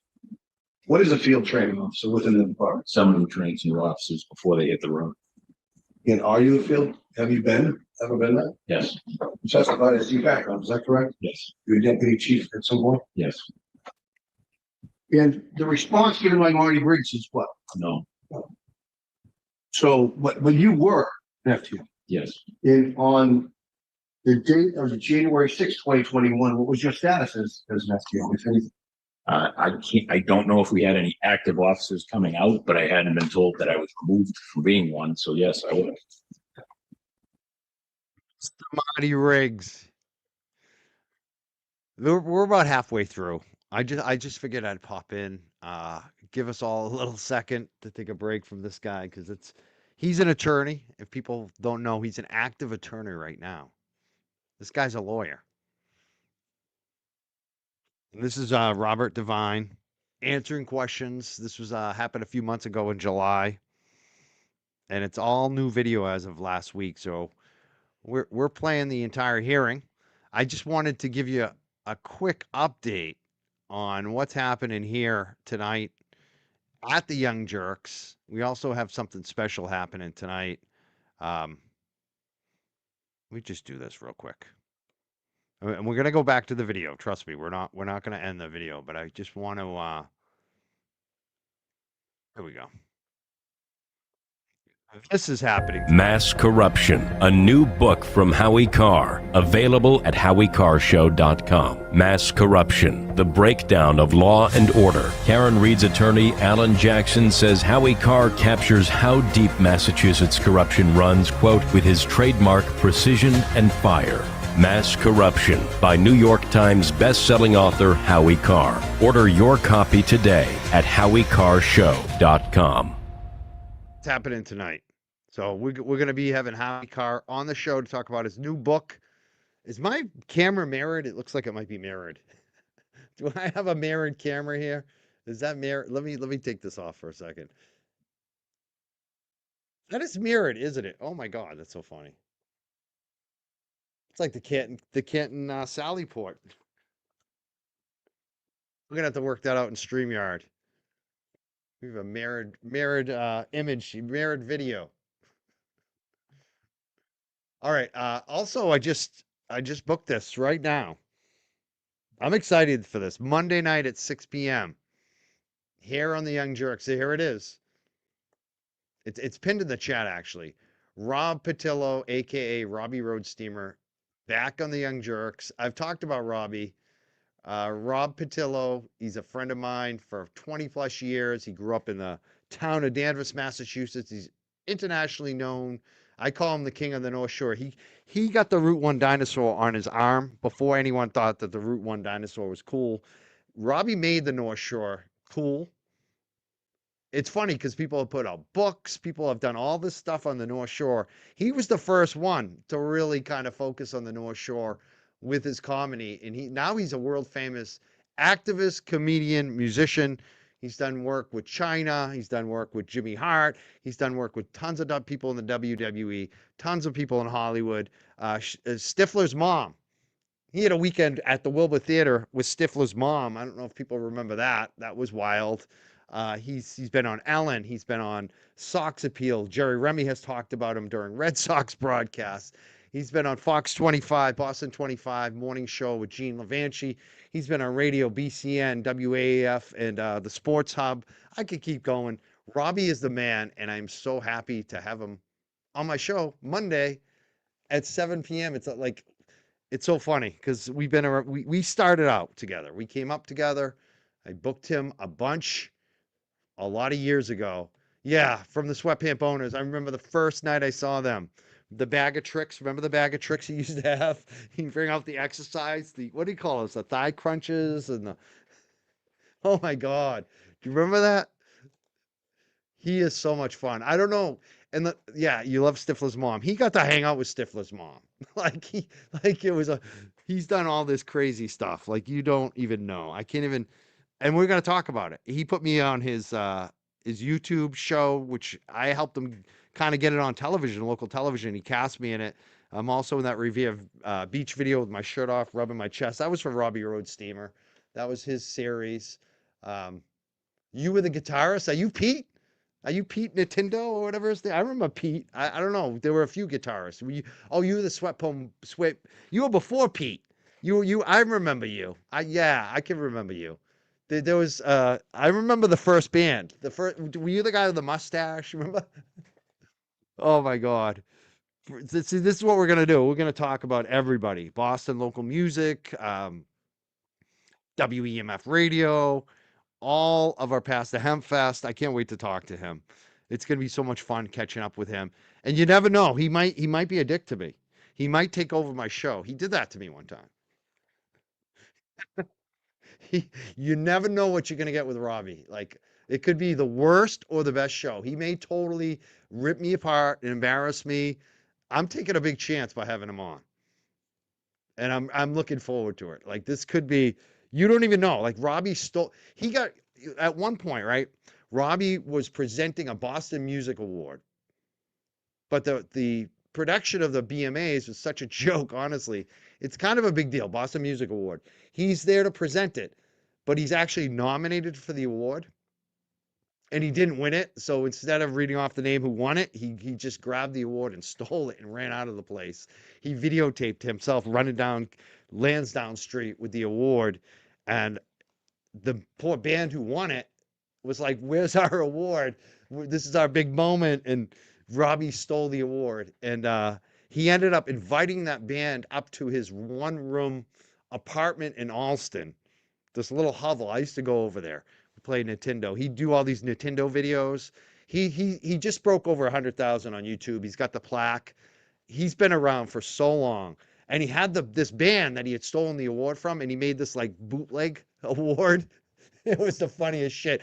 And the band was so happy because they got to be in one of his videos. Like they didn't really care that they didn't get the real award because they got to be in Robbie's little funny video. So that's going to be fun. 6 p.m. Monday night. I cannot wait to see my old friend. I haven't talked to him in a long while. And he did get arrested by ICE recently for protesting. So we'll be talking about that too. He's also friends with Ernie Bach. You know, people probably know Robbie's pretty left. He's friends with Republican Ernie Bach. So, you know, he does cross over. I know some Republicans like him even. They laugh at him. It's going to be fun. He's probably he might give me some shit. I have a feeling he's going to give me some shit. I just have that feeling. So I'm ready for it. I hope you are. Again, this is going to happen Monday night at 6 p.m. Tonight at 7 p.m. We have Howie Carr. Big guest coming up. Big guest coming up on the Young Jerks. So I hope you're here. And let's get back to Robert Devine.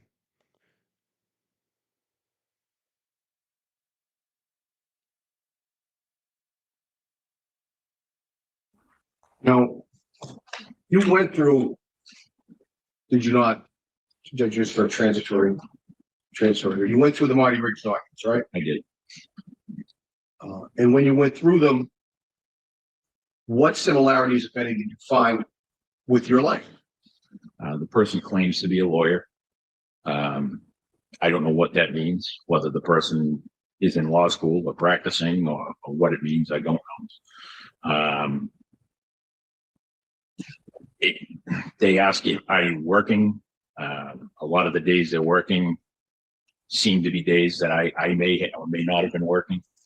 But that was about it. Also, I believe she asked once if the person worked at a PD, but it doesn't say where. Now, did you find any entry that talked about the chateau? Yes. Do you recall the date of that? I think it was December 21st. Can I go to page 382?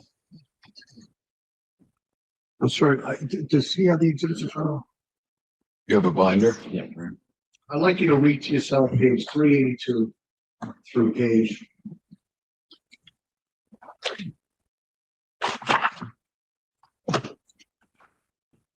386.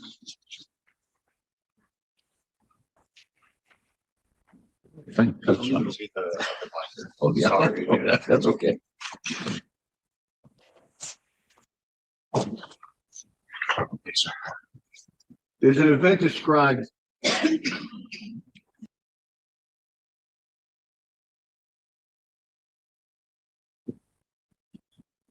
who's Marty Riggs? I have no idea. What pages are we on? Right, I think 380. Did I read the wrong one? You said 382 to 386. I'm not seeing. I'm not seeing it. Oh, crap, sorry. I read the wrong one, my fault. Go back here. No, that's what I have.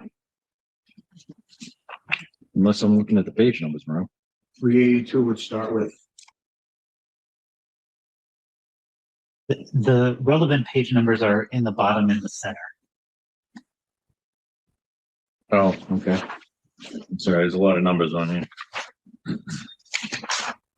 Okay, sorry, I got the right ones. what is described in that exchange?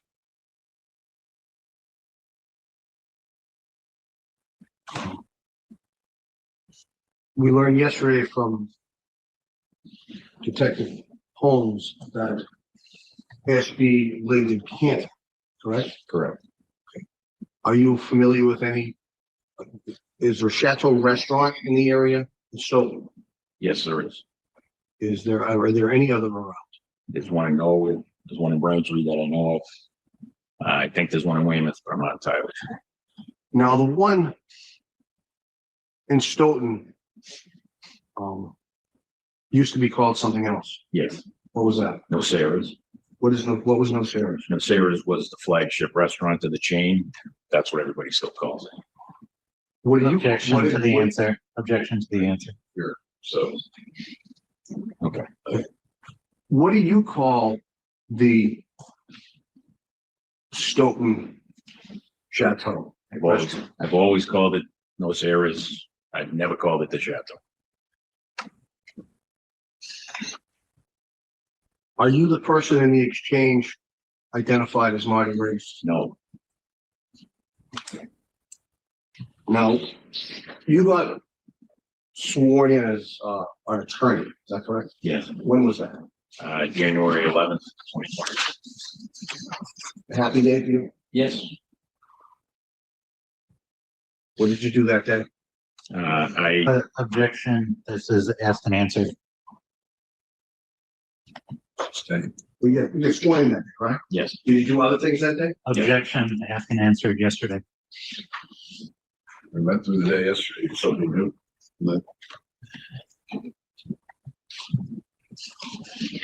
Mr. Devine, why are we here for this hearing? because my name's been dragged through the mud for the last 3 years for something I didn't do. This is the main reason why I wanted this hearing, so that I could be heard. My family has had to deal with this. I've had to deal with this. I've had to remain silent for the last 3 years. And that's why I pushed for this. I don't need this piece of paper. It's not about a piece of paper for me. It's my name. This is about my name.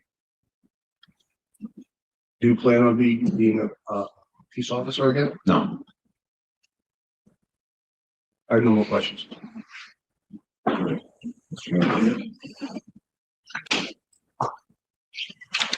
Morning, Mr. Vine. Warren. So yesterday we heard from Haley Hogan, is that fair to say? Yes. And she had testified about an affidavit that she had drafted, correct? Yes.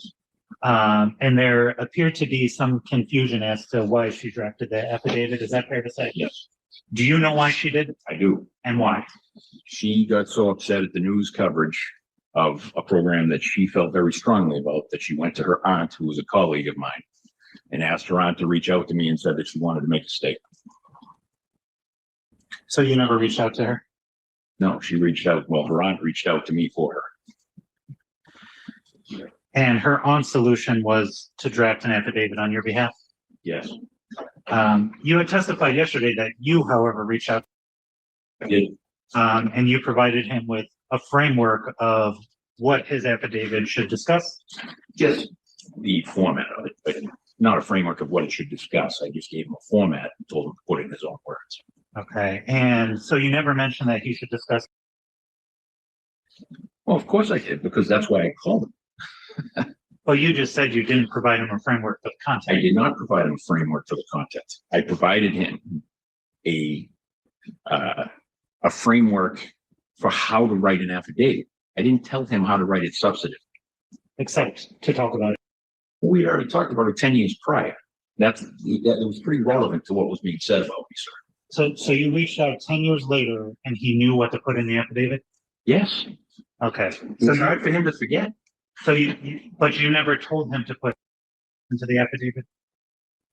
No, when I talked to him, I said, do you remember when you called me 10 years ago about? He said, yes. I said, well, she's making claims right now, and I'd appreciate it if you could make a statement on my behalf about what happened. So That's it. So you did tell him that to discuss the affidavit, It was relevant. but you just testified that you didn't. No, I did not. Okay. No, you're wrong. But you just stated that when you discussed with him the affidavit, you mentioned your call from 10 years prior about, right? Yes, And that was prior to him drafting? yes. Okay, so you mentioned that should be part of the subject of it. What was I supposed to do? Make him guess?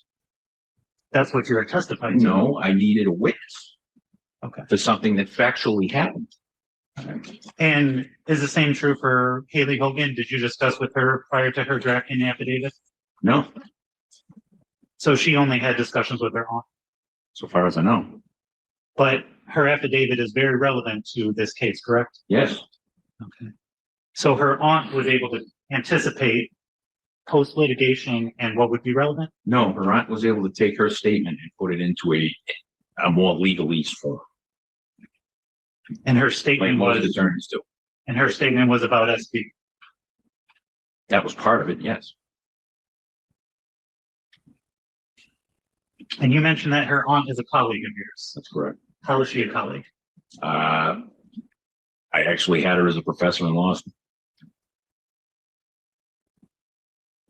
And Haley Hogan is one of your neighbors? Yes. How long has she been one of your neighbors? I've lived there since 2001, and she said she lived there her whole life, so I assume the whole time I've lived in the neighborhood.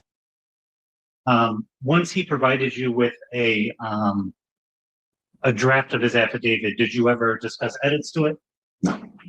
Yesterday, you testified though that you provided him with a template. A template for format, So there was no content included in the no template. content. And as the affidavit stands, that's exactly how he drafted it. Yes, No feedback from you. none. The only initial conversation you had was to refresh his recollection about the contact with, The only thing I said to him was tell the truth about what happened. That's it. about what happened.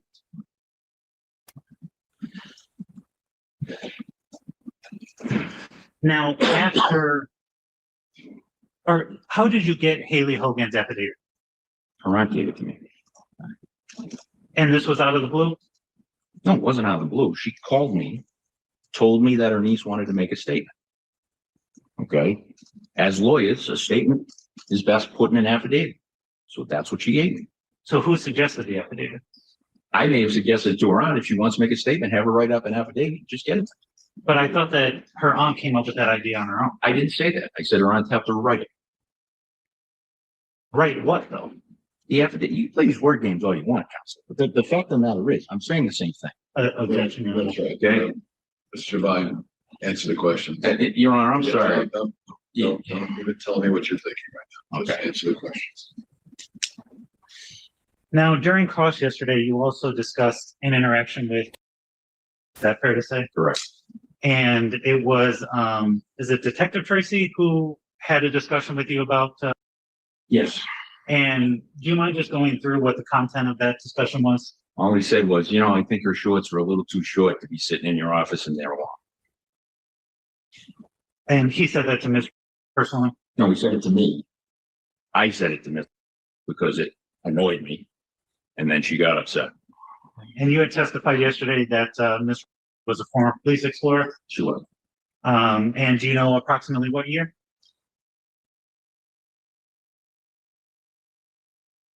But I'm not entirely sure. And do you know what year this interaction took place between you and Detective Tracy? Maybe 2013, 2014.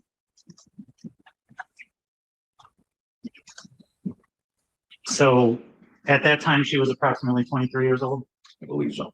So when you met her, she was around 13. Probably about that. So you kept in touch with her in some capacity over the years?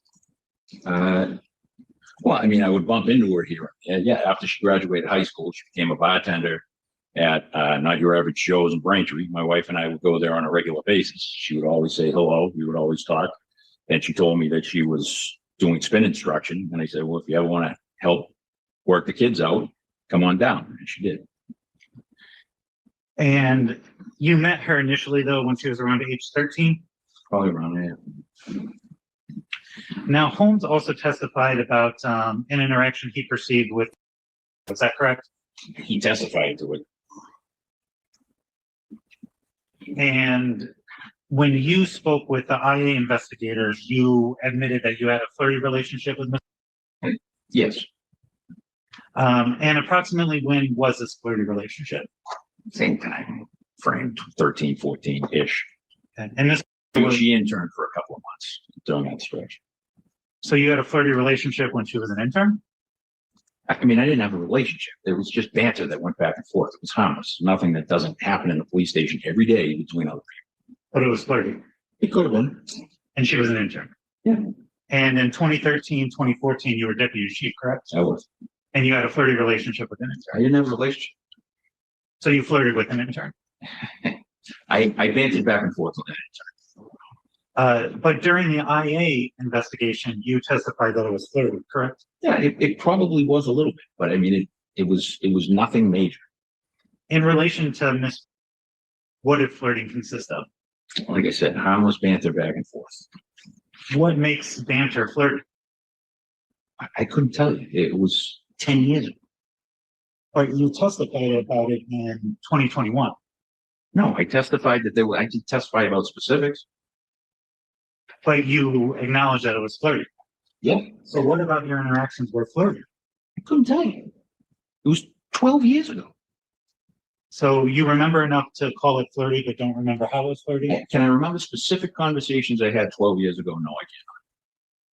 So you can't remember specific conversations from 10 years ago? Not that, no. No, not throwaway conversations that had no meaning.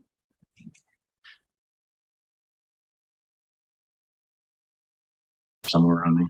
And what age was she when you met her? I think she was 15. And what age did you begin to flirt with her? She was 22. And that's when she was an intern? Yes. Did, I guess at that time, Sergeant Holmes ever have a conversation with you about? Never. In regard to former police explorers, is it only Miss? She was at Bridgewater State. So is that a yes? She's a college student. Sure. All right. Now you testified yesterday about an interaction you had with.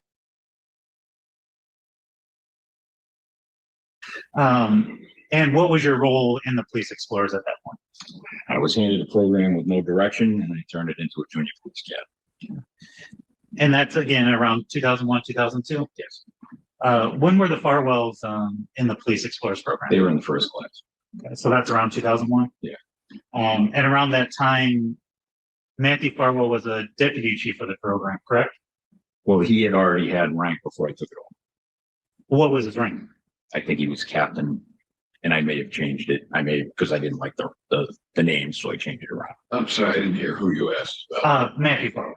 I'm sorry. Matthew Farwell. What did you change the rank to? I believe it was that. So the same position you had at that time in the department? No, I was a juvenile officer at the time. We didn't have a deputy chief, didn't exist. So William Farwell also had a rank in the police explorers, correct? I believe so. Was he a lieutenant? I think so. And that was again around 2001, 2002? Yes.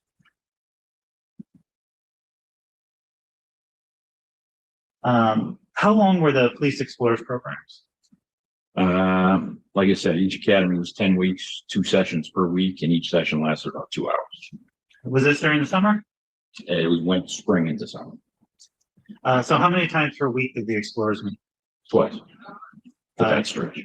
So approximately 4 hours a week for 10 weeks? Yeah. And how many years at most could somebody be a police explorer? I mean, That's a tough question to answer because, I mean, it usually be 4 or 5, but I had I had a couple of exceptions of kids who had developmental issues and they just didn't want to leave. So, I kind of allowed them to hang around even though they weren't technically in the program. One in particular, a kid named, and I just felt badly telling him he had to go. And you testified yesterday that you also interacted with Miss during open gym. Yes, And in particular, you discussed one conversation after her mother had asked you to speak with her. yes, And this occurred at open gym. yes. Why did her mother ask you to speak with her? So she would have been middle school age? Yes. And you, as a result of the conversation with the mother, decided to meet with her during open gym? That was the only time I really had. I didn't want to pull her out of class and I didn't have an office that year. So But there was a room at open gym off to the side? it was a gym teacher's office. And it wasn't off to the side. It was literally directly in front of the sign-in sheet. And where was the sign-in sheet? There was a double steel door and the doors opened outward. One door stayed closed. This door was open. There was a desk put next to the door, so you couldn't close it without moving everything, the desk, the equipment, everything. And the equipment cage was next to it. Kids would come in, they would sign in, and then they would sign out equipment if they needed it. And the office had 3 walls or 4 walls? It did. And then one of those was the wall with the double door, correct? Yes. And inside that office is where you had the discussion with. Well, I mean, I let her go into the office. I stood in the door. And nobody else was there, correct? That's not correct. There was a high school volunteer signing kids in at the desk right next to me. And I believe Officer Hardy was there as well because he was usually there every day. But this was in the office or outside the office? Well, as I said, Counselor, I wasn't in the office. I was standing in the door. But she was inside the office? Yes. So you were inside, or you were at the door and she was inside the office? Yes. And she was the only one inside the office? Yes. Because I didn't want to embarrass her with the conversation. Now, one of the things that you testified about is that she would meet boys her own age so she could develop some sort of relationships. Yes, And that's because she was infatuated with you. that's correct. And infatuation in your mind has some romantic connotations to it. I would assume so. And you also mentioned that she's going to turn 18 one day, right? Yes, Why would you say that? because I wanted her to know that she had more life beyond 12, that she's going to graduate high school, go on and forget all about this school and all about me, But why is 18 relevant? because that's when she would graduate high school. And as part of your preparation for this testimony is one of the things that you reviewed the test or the reports of to the IA investigators. I got it 2 days ago, or actually I got it yesterday. It's the first time I've ever seen it. But one of the things that she claimed is that you had mentioned to her wait until you're 18, correct? No, not the way she said it, no. Well, you had mentioned the age of 18 being significant, correct? They said, one day you're going to turn 18 and leave this place, and you're going to be just fine. And that's to a 12-year-old who's romantically infatuated with you. Yeah. You also mentioned yesterday that the somewhat of a vulnerable individual, is that fair to say? Her home life was not great. And that's because her parents were involved in some type of domestic issues. Regularly. Did the police ever respond to those? Regularly. But yet you thought it was appropriate to meet with her one-on-one? I didn't want to embarrass her, counselor. And it wasn't one-on-one. I was visible to the entire open gym, hundreds of kids and volunteers there. Did others participate in the discussion? No. And you testified that you never touched her during this encounter, correct? Never. Did you ever hug police explorers? Police explorers, when they graduated, would come up and I would offer to shake their hand, and every now and then they'd lean in and we'd do the side hug thing. But that was about it. And that's graduating from high school or from the Explorers? From the Explorers Academy in front of their parents and family. Did they graduate every year or was it only the seniors when they graduated? Every So a middle schooler at the end of the year when they graduate, or excuse me, a middle schooler would graduate from the program, Yes, and that's when the parents are present, yes. and that's when you may hook them. Again, it wasn't a regular thing. It was, I would offer a handshake. Sometimes they would throw the arms out. I would throw one arm around the shoulder. That was it. But again, it was in front of all their parents. There was nothing untoward about it. And you testified yesterday that you had hundreds of police explorers throughout the year. Yes, And you just testified that, as far as your interactions goes with Miss, you have difficulty recalling specifics. no, I mean, I have difficulty recalling every little word I said to her. But you recall this interaction with Miss from 24 years ago very vividly. Well, that one stood out pretty good, counselor, yeah. Why did it stand out really good? Because then she started going around telling everybody that she was going to date me when she turned 18, which wasn't the case. I went to my sergeant, I reported that, and that was the last I heard of it, and I didn't deal with her after that. So age 18, the same age that you reminded her that there's more to life out there. Yeah.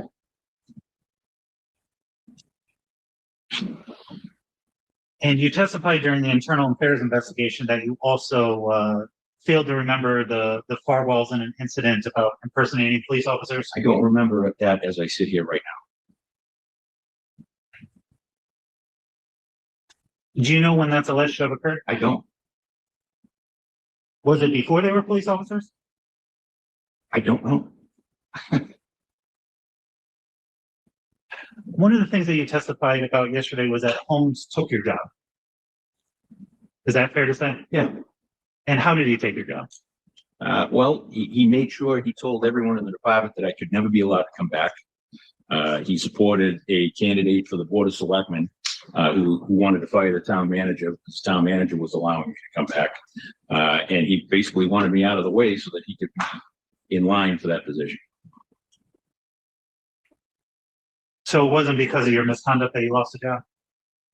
I lost the job.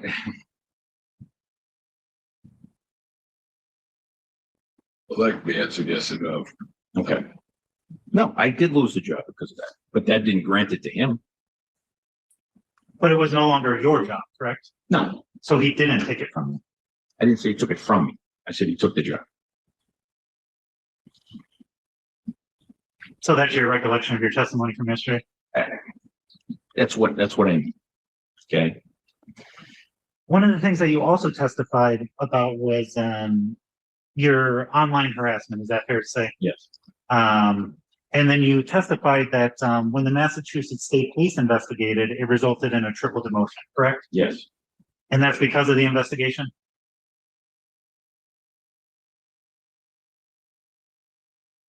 And because you also abused your position as a deputy chief, correct? Yes. Now, one of the things that you testified about yesterday was this app list that you created, correct? I didn't create it. Apple creates it. So you subpoenaed Apple? No, but I didn't create the list. I merely printed it out How did you print it out? directly off my phone. I can show you right now. Did you take screenshots? Yes. So basically you just scrolled through the list and took screenshots? Yes. When you scroll through the list, can't you pass up an app? Well, that's why I took it the way I did, so that it would be redundant on each photo, so you could show that I didn't do that. And what do you mean by redundant? I mean that whatever app I ended on one page, I would make sure I started with that app on the next page so that they ran concurrent. And again, my phone's right there. You want to look at it? I'll bring it up. So since speaking about your phone, you do realize that in order to delete an app off your list, all you need to do is swipe to the left? I did not. I was not aware of that. No. Just one moment. Now, did all of the screenshots that you took in your response to both the IAA and the post commission come from your phone? Yes. So all you did was take screenshots of what appeared on your phone, Yes. and that's for everything that's in this submission? Yes. So can we pull up page 828? So this is the app list that we're talking about, correct? Yes. And did you prepare this before the IA investigation was concluded? I sent one to Chief Holmes in August, and then I updated it for the Post. So the updated one for the Post would be after August? Yes. Okay, so it would include from September until January when you submitted your response to the Post. I just updated what I hadn't submitted to the police department and submitted. Yes. So there was a difference between the two lists? Just the last couple of pages. Let's see here. Can we go to page, just one moment here. 895. So the last app in this list is from August 28, 2022. Yes. So is this the list that you prepared for Post or for the IA investigation? Must be the IA investigation. So, and that's because the IA investigation concluded around August 29, 2022. Is that fair to say? That's correct. Okay. So can we scroll up to, just one moment here. Can we go to page 750 and scroll down a little bit? Now, that paragraph begins.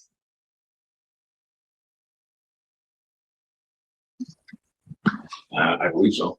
So how could there be an app that was downloaded on August 28, 2022 on that list?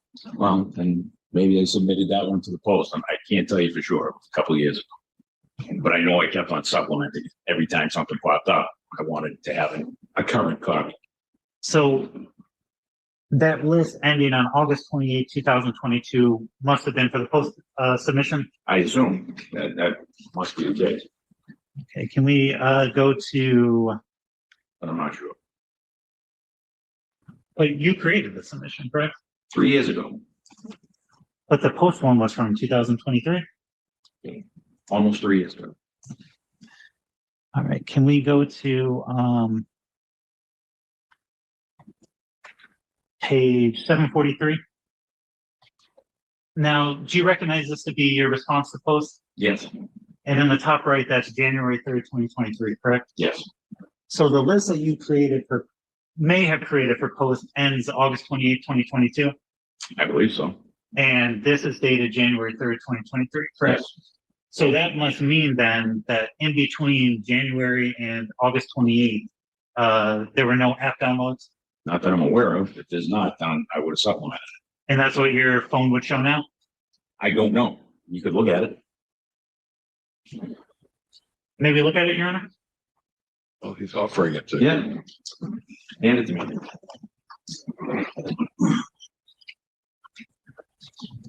Do you mind setting it down here so we can all see? Can you scroll back up to August 28, 2023? Yeah. Can you go back there, please? So can we pause it there and can we approach Your Honor? Yes. Sure.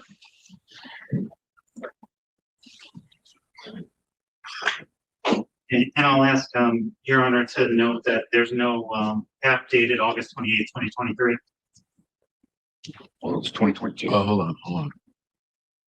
Oh, excuse me. So, It's wrong year. yeah, okay, never mind. Then we need to go back again. Sorry about that.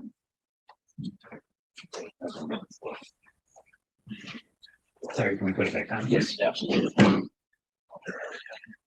So I think this is where your submission was. Yeah, so there's 8. Okay. Do you agree? What, that there's 8 apps in between those dates, 8 apps listed? I'm sorry. This is between what? The August 28, Between August 28. January 20, January. Yeah, was that what it shows? Yeah. The parties agree that there appear to be 8 apps in between the August 28 date and January 2023 date. In January 3rd. Correct.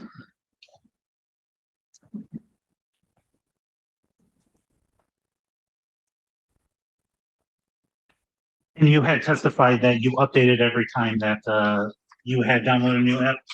I thought I had, apparently I missed. And can we go to page 250? So now, Chief Holmes had testified that they had sent you a list of questions while the IA is pending. Is that fair to say? Yes, How did they send it to you? by mail. And you eventually responded? Yes, And it was by mail as well? yes, Can we go to page 251? Is it fair to say that this appears to be a photocopy of an envelope? yes, Do you recognize the handwriting on the address? it's mine. And can you scroll up just a little bit? Is there a postmark date in the upper right corner?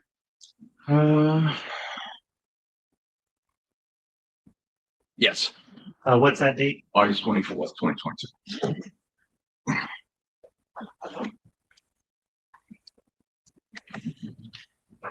Now, in your submission to both the IA and Post, is it fair to say that most of the screenshots that you created were around the time period of 2014, 2015? Those are most of the ones that I was able to recover How did you recover them? because I was taking pictures of everything that was going on. I took pictures of less and less because it was something that I just had to learn to live with. But I have stuff from 2018 and 2020. But you didn't feel that those are relevant to the Post investigation? There was no post investigation that was going on, so I didn't have them. As far as the 2014, 2015, that's because of your interaction. That's correct. And you had testified that all of these screenshots came from your phone. Is that fair to say? Yes. Can we pull up 788? And you had testified previously that this was a screenshot from Instagram. It's a screenshot. Well, actually, no, it's a picture that my son sent. How did he get the screenshot? I assume he took the screenshot. So, Okay. but it was sent to. Well, actually, no, strike that. It was sent to him by someone else. Who? I have no idea. That's the problem. But you previously testified that all of these screenshots came from your phone. No, I said the screenshots of my Apple history came from my phone. Okay, I did not say this one did. So now all these other screenshots, did some of them not come from your phone? There are various places where it came from. What are those various places? My laptop, my email, because I don't have my work phone anymore. I mean, there's all kinds of different places where it came from. I tried to keep as much as I could early on, but once it became apparent to me that nothing was going to be done about it, I kept track of stuff less and less. I kept the more serious ones like this where threats were being sent out because I wanted to protect my kid. But some of these screenshots came from places other than your own devices. Yes, Okay. And which ones are those? I have to go through them How do you know that the ones that came from other people are authentic? because they came from my son. But you just said that this came from somebody else who was not your son. Well, okay, but it was sent to my son in his name, which happened on a regular basis. Who sent it to him? I don't know. Spoofed numbers. That's the problem. There were fake phone numbers all over the place. There were fake phone numbers sending this stuff to me, my wife, my son. That's why we had to keep changing our phone numbers, sir. Okay, because as soon as they found out what our phone number was, this started. So we would consistently change our phone numbers just to get away from it. But this screenshot came from somebody else who was not your son? Yes, but it was sent to my son. How do you know that it's authentic then? Because my son went and found the account and saw it and talked to me about it. He gave it to me. I believe my kid. So your son found the account? My son went and found the account. He had Instagram. I don't. But I thought this account came from somebody or this screenshot came from somebody that wasn't your son. It did. And then he went on and he did a search of his own name and he found multiple accounts that weren't him. They were cloned accounts with his profile picture and his name, but they weren't him.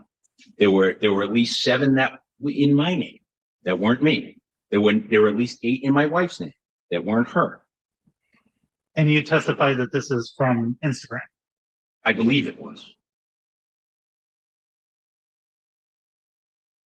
I believe Facebook bought Instagram, so that's where I think it came from.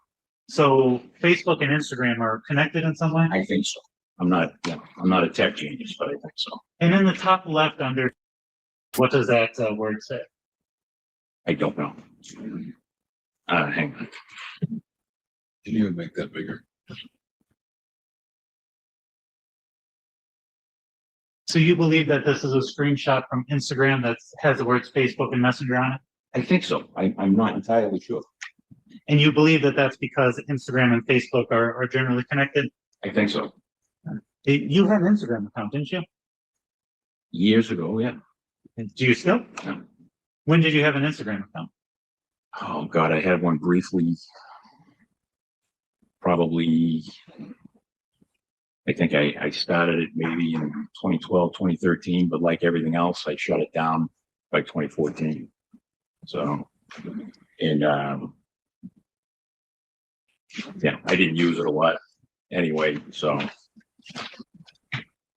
And you said you shut it down around 2014, the Instagram account? yeah, I think so. Right around there.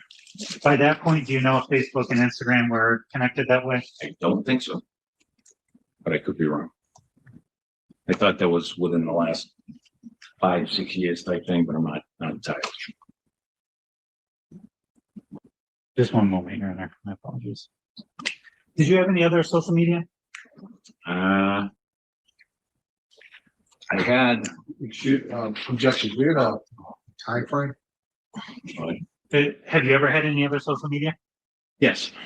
What social media have you had? I mean, I downloaded anything that was new just so I could have an idea what it was.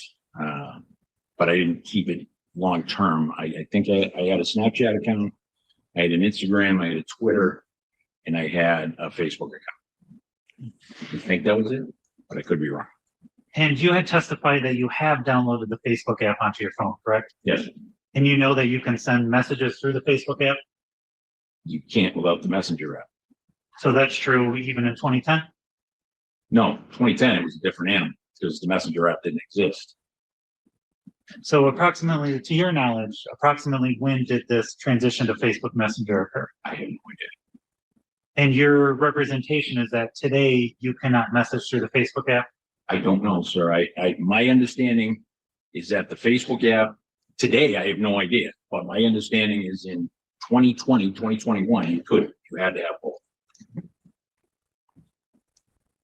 And how did you know that if you didn't have a Facebook account around that time? Because I had the Facebook app, but no Messenger app, so I couldn't send messages.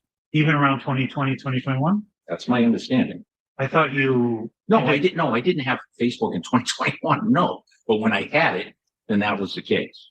So how do you know in 2020 and 2021 that you were required to have the Messenger app? Frankly, I don't. I just assume because that's how it was. So Now, one of your representations in the response to post is that Chief Holmes failed to include information relating to your health at the time of your retirement. Is that that's correct. Can we go to page 223? Can you scroll up just a little bit? Sorry, in the other direction. One more.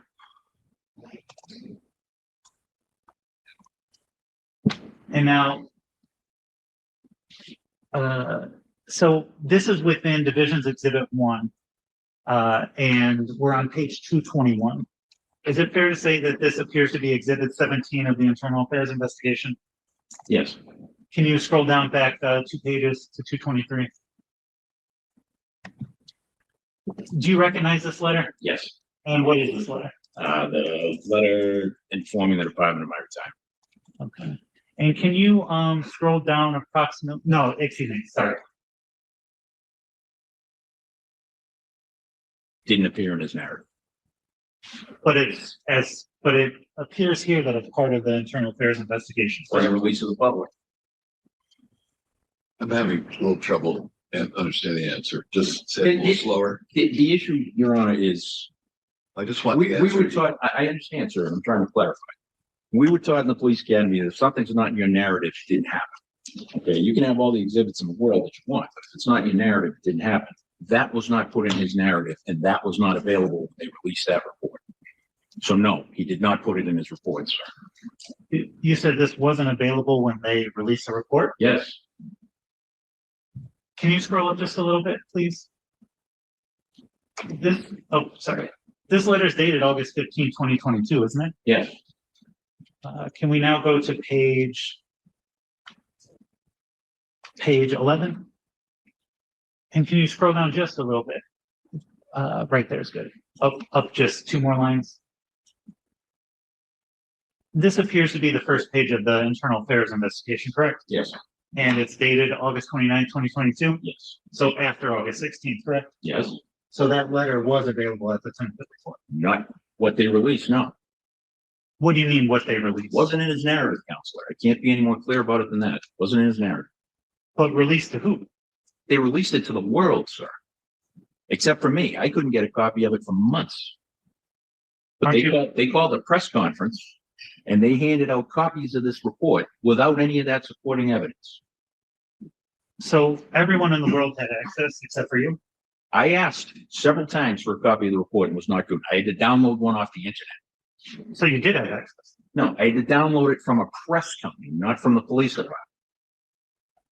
So as far as the police explorers go, you said that you took over around 2021. Is that fair to say? No, 2000. Or sorry, 2001. Yes. And you testified yesterday that few seniors were involved in the police explorers because they usually had quit at that point.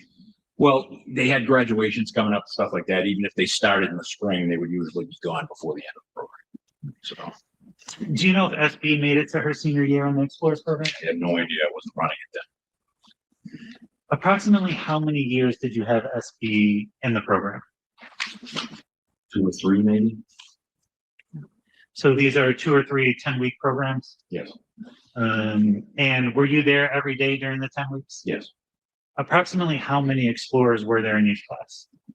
20, 25. So of those 20 to 25, or excuse me, those 20 to 25 police explorers saw you every day during the 10 weeks. Yeah, unless I had something I had to do, yes. And SB was in it multiple years. Yes. You also testified yesterday that SB, when you were on patrol, came up to you approximately once a week. Once every other week. Yeah. Yesterday, you had testified, though, that it was once or twice. No, I said once a week, once every other week. That's what I said. And this was for a period of over a year, correct?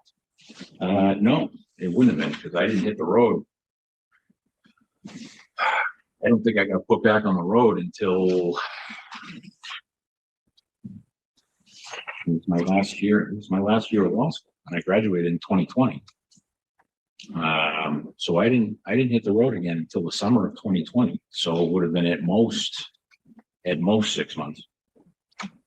So 6 months is approximately 24 weeks. I would say So you interacted with her while you were on patrol approximately 20 times, if not a little more. maybe How long did those interactions last? no more than a few minutes. And how long would those interactions last before she asked you to rail her? She came up with that one probably 2 or 3 weeks in. So I would say, I hadn't been back on the road that long. I can't say for sure, but it was around there. Okay, so even after those suggestions, you interacted with her on a weekly basis for multiple months? It wasn't my choice, sir. I would be sitting somewhere and she would pull up to me window to window. I would exchange pleasantries with her and I would leave. More often than not, that was the interaction. And you testified yesterday that initially you didn't know what rail meant, correct? I said it's a word I don't use. But you knew what it meant. I knew what she meant. How did you know that? It was hard not to know in the context of what she was saying. What was the context? I told you. I said the statement yesterday. She said, "When are you going to give in and just rail me?"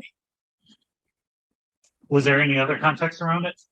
No, So just out of the blue, she would just say, when are you going to give in and rail me? that's what she does. Or what she did. To you. No, it's what she did to plenty of people. So you witnessed when she did this to other people? No other people talked about it. Who are these other people that talked about it? Just people around the station, you know, would say things that she would say, inappropriate things to people that she would everything else. I mean, no one told me she directly propositioned them, but that she would say things that were out of bounds. If they say things that are what? Out of bounds. What are the other things that you talked about with her during these interactions? That she was in school.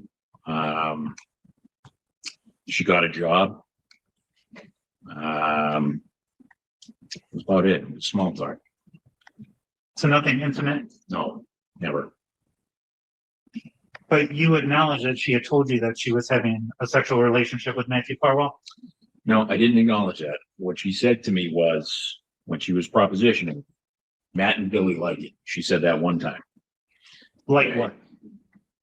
I assume she meant like sleeping with her. That's what she said to me. So she did have intimate conversations with you. That was the one thing she ever said about them. Did she say that stuff about anyone else? No. So it was just Matthew and Billy Farwell. Well, she said Matt and Billy. I assumed it was Matthew. But I also didn't believe her when she said it Why not? because she lied about everything. What are some of the things that she lied about? She lied about being pregnant half a dozen times. She had restraining orders taken out on her. I know one restraining order in particular. Her boyfriend said,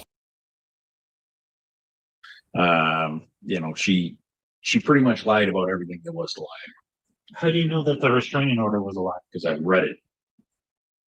Oh, how do I know it was a lie? Yes. Well, I don't think it was a lie because it was written by someone else. It was written by her ex-boyfriend.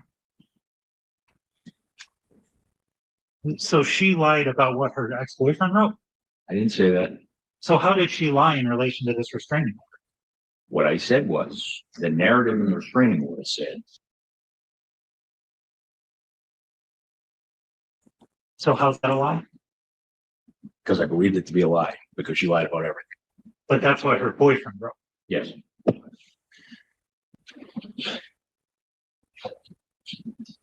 Now, you testified yesterday that in 2015, you had admitted to abusing your position and conduct unbecoming. Is that fair to say? That's correct. In conduct unbecoming, you testified about was sort of like a catch-all provision for misconduct. Yes.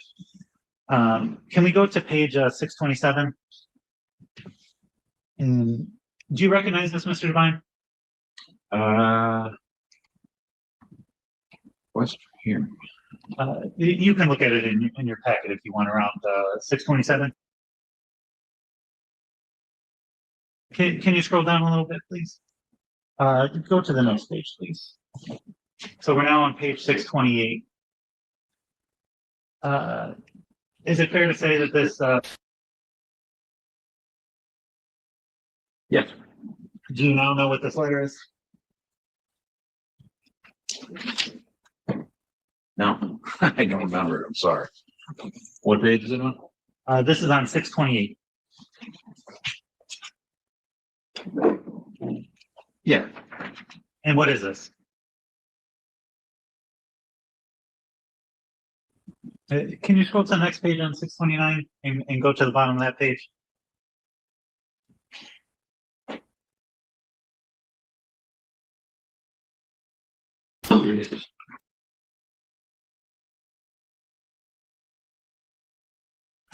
And can we go back to 628?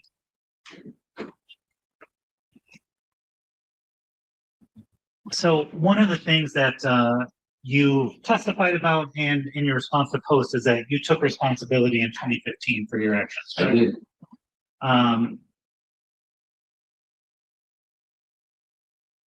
Objection, the document speaks for itself. Well, you can read what it says. I have a question to follow up as well. Sure.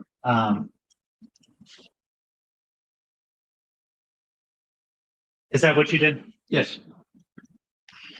And now on.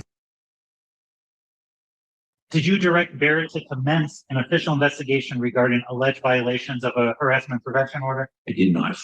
And this was not sustained. So this was not sustained, That was not sustained. but it's included in his recommended It's charges. included, but it was not sustained by the appointing authority. That was an unsustained charge. Yes. And that's even by agreement, right? Yes. So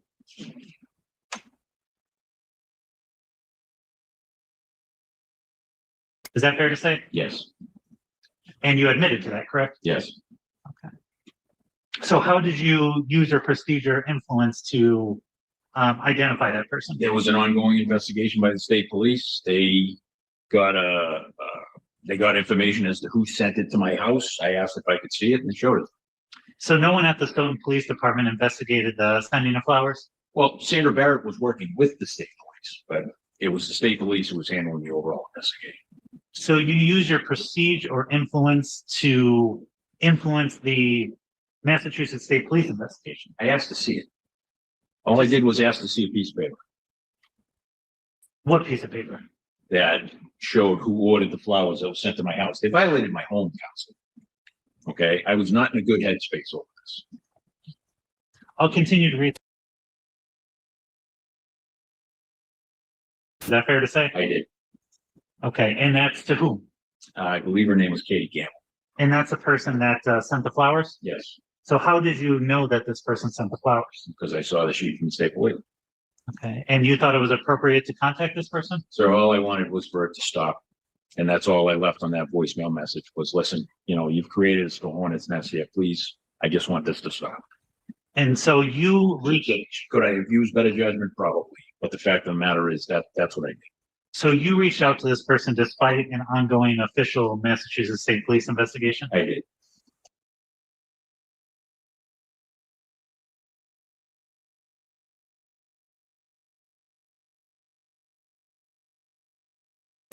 There are laws in place that when someone takes out a restraining order, okay, they cannot then be held as violating that restraining order if they don't report that the other person did it. It's so that people will come forward and file for restraining. But you were a deputy chief at this point? I was. Do you believe that as deputy chief, you had an obligation to report crimes? I probably should. Again, wasn't the best judgment on my part. So as a result of this investigation, you had agreed to a 60-day suspension I did. and demotion, correct? Yes, And that's from deputy chief to patrol officer? that's correct. You termed that yesterday as a triple demotion. Yes. What were the three tiers that you had gone down? Lieutenant, sergeant, back patrol. After you had been demoted from deputy chief, that position was vacant for a little bit. Is that fair to say? I don't believe it was because Daniel McGowan was appointed as the acting deputy chief, and he acted in that capacity for quite some time. And that was before now Chief Holmes took over that position. And it was before they had an assessment center that decided it was going to take it over permanently. So there was a little bit of lapse in time between when you stepped down from deputy chief, or when you were demoted from deputy chief, and when Chief Holmes became deputy chief. Yes, Any idea how much time? I don't. Months, but I'm not sure. And one of the things that you testified about is that after you returned, that you had issues with other coworkers. Is that fair to say? Other supervisors, And who are those supervisors? Lieutenant Carmichael, specifically one day, Sergeant Derby at the time, I had issues with him. Lieutenant Owens,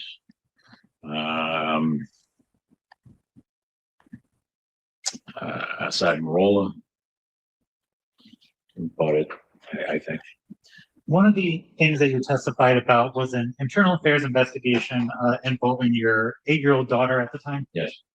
And it's because your daughter was alleged to have put a note in Deputy Chief Holmes's mailbox. Yes, And he was deputy chief at that time. I believe so. So it was your old position.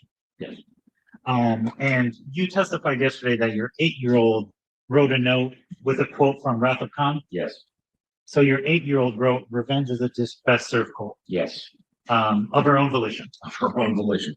And of all people in the police department, she put it in Deputy Chief Holmes's mailbox. Yes. Any idea why?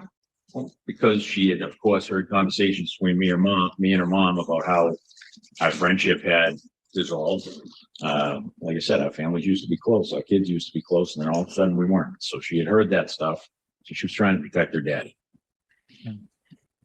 So at 8 years old, she was able to connect the Wrath of Khan quote and the appropriateness of putting it in Holmes's mailbox. My daughter's a pretty smart kid. Now, you testified on direct about the timekeeping system at the Stoughton Police Department. Yep. Is that fair to say? And how inaccurate it is? It can be. What do you mean it can be? Like I said, it's all on human error. You know, if someone doesn't take something out, or if someone doesn't put something in, I found one instance in particular that I actually had my, when I was looking at it last night, because I had never seen these sheets before last night, so I had one night to look at it. Where it said that I was working the entire shift on January 12th. I didn't. I went home sick because I had gotten my COVID shot. I have my vaccination card with me today that shows that that's when I got it. I got ill and then I had to go home. And then on the 13th, it shows that I was out for COVID precautions and I was out for a good week. So you admit that those documents in there are timesheets? I admit that they were put in there as timesheets. I mean, I have no way of knowing where they came from. I have no way of knowing if they were manipulated because it's pretty easy to do. But they appear to be timesheets on their face. They appear to be. And you compare the accuracy of those timesheets to your own calendar? I don't have my calendar anymore, but there are days and moments that I remember things happen. I remember getting deathly ill over a COVID shot. And that was on January 12th? That was on January 12th. The day after you admitted to being an attorney? Yes. And on the 13th, you can see that it says COVID precaution. So the 13th timesheet is accurate? Says what? COVID precautions. So the timesheet on the 13th is accurate, I would think that one is, yeah. but the 12th wasn't. I don't know. Well, no, as a matter of fact, it's not because I went home. I went home sick. So you went home in the middle of the day? Well, early in the shift. And that was due to the symptoms you were exhibiting from the COVID shot? Yes. How long did you exhibit those symptoms? Almost a week. Now, one of the things that you testified about on direct is that you were a field training officer still on in January 2021. I was never told that I wasn't. So when did you become a field training officer? When I came back, well, I was way back in the day. And then when I came back, I got pretty good at running dispatch. So they would have people train with me on the desk. And you were considered a field training officer in that position? I got comp time for it. So yeah. What do you mean you got comp time for it? Yeah, field training officers got 2 hours of comp time for every day they train. So around January 2021, you were still a field training officer? Yeah. Even though you weren't actively training? Yeah, I mean, you're told unless you're removed from the list, you're an FTO. So if you were just on patrol and somebody asked you if you were a field training officer, even during the times you weren't training someone, you would say yes? Yes. Now, Because usually they're asking that to ask you a question about something. and it's not to see if you're with somebody else in your car? Oh, Because typically when you're a field training officer, you have somebody else in your car, correct? yes, Okay, and that's the person that you're training. usually. Now, when you testified about the connections between you and Marty Riggs on direct, I believe that after you listed a couple things, you said, that's it. Is that fair to say? But I think that's about it.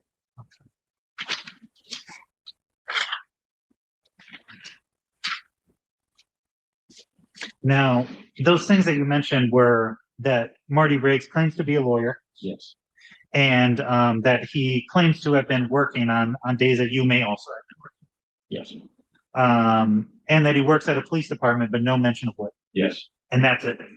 That's all I can think of as I said it. Okay. What about the swearing in date? It seems to be the same, right? Yes, that could mean I got into law school. That could mean I'm attending law school. That could mean I passed the bar. That nowhere in there says I got sworn in today. When you got into the law school, would you represent that you were a lawyer? Me, no, because I was older, but there were plenty of kids in my class that did. What about when you were in law school? Did you represent that you were a lawyer? No, When did you first call yourself a lawyer? I don't usually call myself a lawyer. I usually say attorney, but I don't know, when I graduated, When you graduated, so before you were admitted to the bar, you called yourself an attorney? well, it was a pretty big thing for a guy in his mid-40s. So yeah, maybe I overreached, but yeah. So So calling yourself an attorney when you're not would be overreaching? I guess. It just so happens to be on the date you were admitted to be an attorney. It appears so. And you were busy that entire day. You testified yesterday, right? With my wife the whole day. How long does it take you to send a message on your phone? Well, when you don't have the messenger app, it's pretty difficult. That's not what I asked. Okay, but that's what I'm telling you. I couldn't send it that message because I never had the app. I'm not asking about that message. I said, how long does it send you to send a text message? Send a text message, it wouldn't take very long. How long would that take you? Well, again, I didn't send it, so it wouldn't take me, but I assume it wouldn't take long. If I had the technology. Second, If I had the technology, sure. and the technology being what? The messenger app. So during the entire day were people monitoring your phone activity? My wife has access to my phone all the time. She knows my password. She can look at it whenever she wants. Was that true in 2015 as well? Yeah, So how did you communicate with 15? via text message. My wife and I weren't talking very much. And But she still had- in 2015, we weren't even living together. So But she still had access to your phone? she didn't have access to my phone then. We weren't in the same building. Now, you had testified about the Chateau restaurant on direct. Is that fair to say? Yes. And what's the name that you call Chateau? No serious. How do you spell that? NOCERA''S. And how recently did that name change occur? I don't know, but that's all I've ever called it. How long has that restaurant generally been?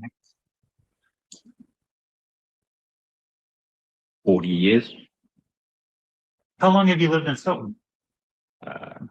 25 years. Now, how close is the Chateau to Goddard Hospital? Objection. There, I believe there's been representation that there are several chateaus. I'd like to know which one we're talking about. How close is the Chateau in Stoughton to Goddard Hospital? Like 4 or 5 miles. So 4 to 5 miles. Yeah, Is that as the crow flies or on the ground? On the roads? probably on the road. How long do you think it would take you to drive there in your cruiser? Depends. If it was a straight shot, it wouldn't take long. And how long is that? A few minutes. So less than 10? Probably, yeah. And what exactly is behind the Chateau restaurant? Parking lot. And what's behind I'm the, losing the answers. Oh, I'm sorry, a parking and what's behind the parking lot? lot. Another parking lot. And what's behind that parking lot? A golf course. There's no woods in the area behind the Chateau in Stoughton? No, the golf course is right behind it. So once you get to the parking lot, you can see the golf course? Yeah. So no woods at all behind the Chateau? I mean, there were trees there, but it's not woodsy. No. So if we pulled up Google Maps, what you'd see is a golf course abutting the parking lot? Yeah. As a matter of fact, that golf course has a telephone pole that looks right into it with a camera. Looks right into what? The back of the chateau. It covers that whole area because their parking lot is right next. You said a telephone pole? There's a telephone pole, there's a camera on it, and it sweeps that area Why is that relevant? because you're making the assertion that it's a hidden spot. It's not. There are also cameras on the Chateau restaurant, so you can see people coming and going. And how do you know that there's a camera in that area? Because I'm a police officer in the town, I know where a lot of I know where a lot of the cameras are. Did you ever do investigations about things that happened behind the Chateau? Yeah. When?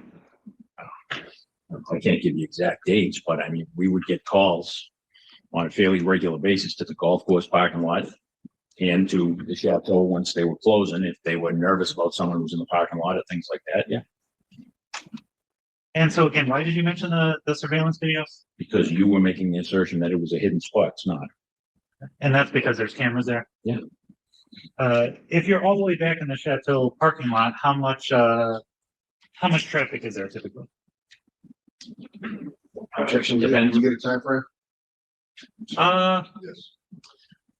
How about around 7 p.m. at night? Depends on whether they're open or closed. If they're open, it can be full. What about if they're closed? If they're closed, the parking lot's empty. Do you know when they're closed?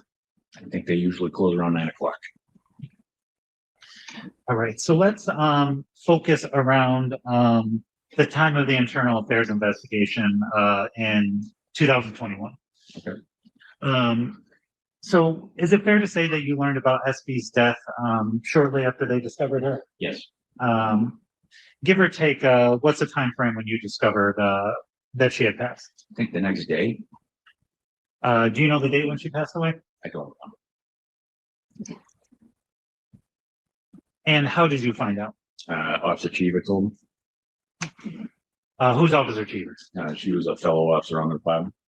Do you know how she found out? I don't. What did you learn about her death initially? I was told that she hanged herself. What was your response? It saddened me. I mean, I was upset. I didn't want. I mean, you don't want to see anybody take their own life. Approximately how long had you known SB? At the time of her death. Like 5 years. And how old was she? Maybe longer. Maybe longer because she was in Explorers before that. 7, 8 years, maybe. Do you know how old she was when she passed? 23. And how old was she when you first met her? 13. So approximately 10 years. Yeah, I guess. Yeah. And at least a few of those were when she was an Explorer? Yes. And then, was she in the Explorers when you were no longer with the Explorers in 2015? Yes. In between 2015 and 2020, when you went back on patrol, how often did you see SB? For the first several years, I didn't see her at all because, like I said, I was inside the station. And what about after that? As I described, for the 6 months I was on the road, every time she saw a cruiser, she would pull in and try to strike up a conversation. So you never saw her in between those two time periods?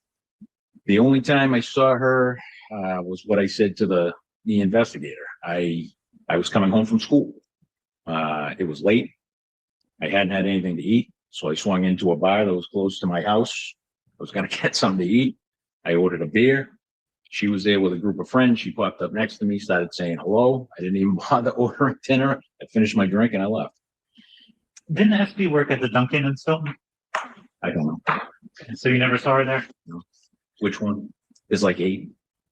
So you never saw her working at any Dunkin' in Stoughton? No.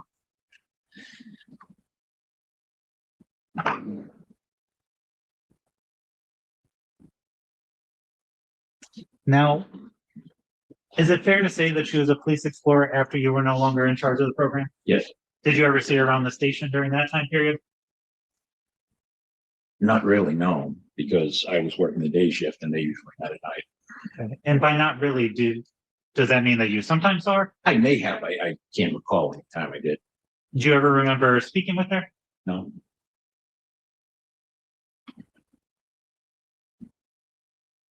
And after SB's death, do you know how long it took before you became aware that you were a potential suspect of the internal affairs investigation?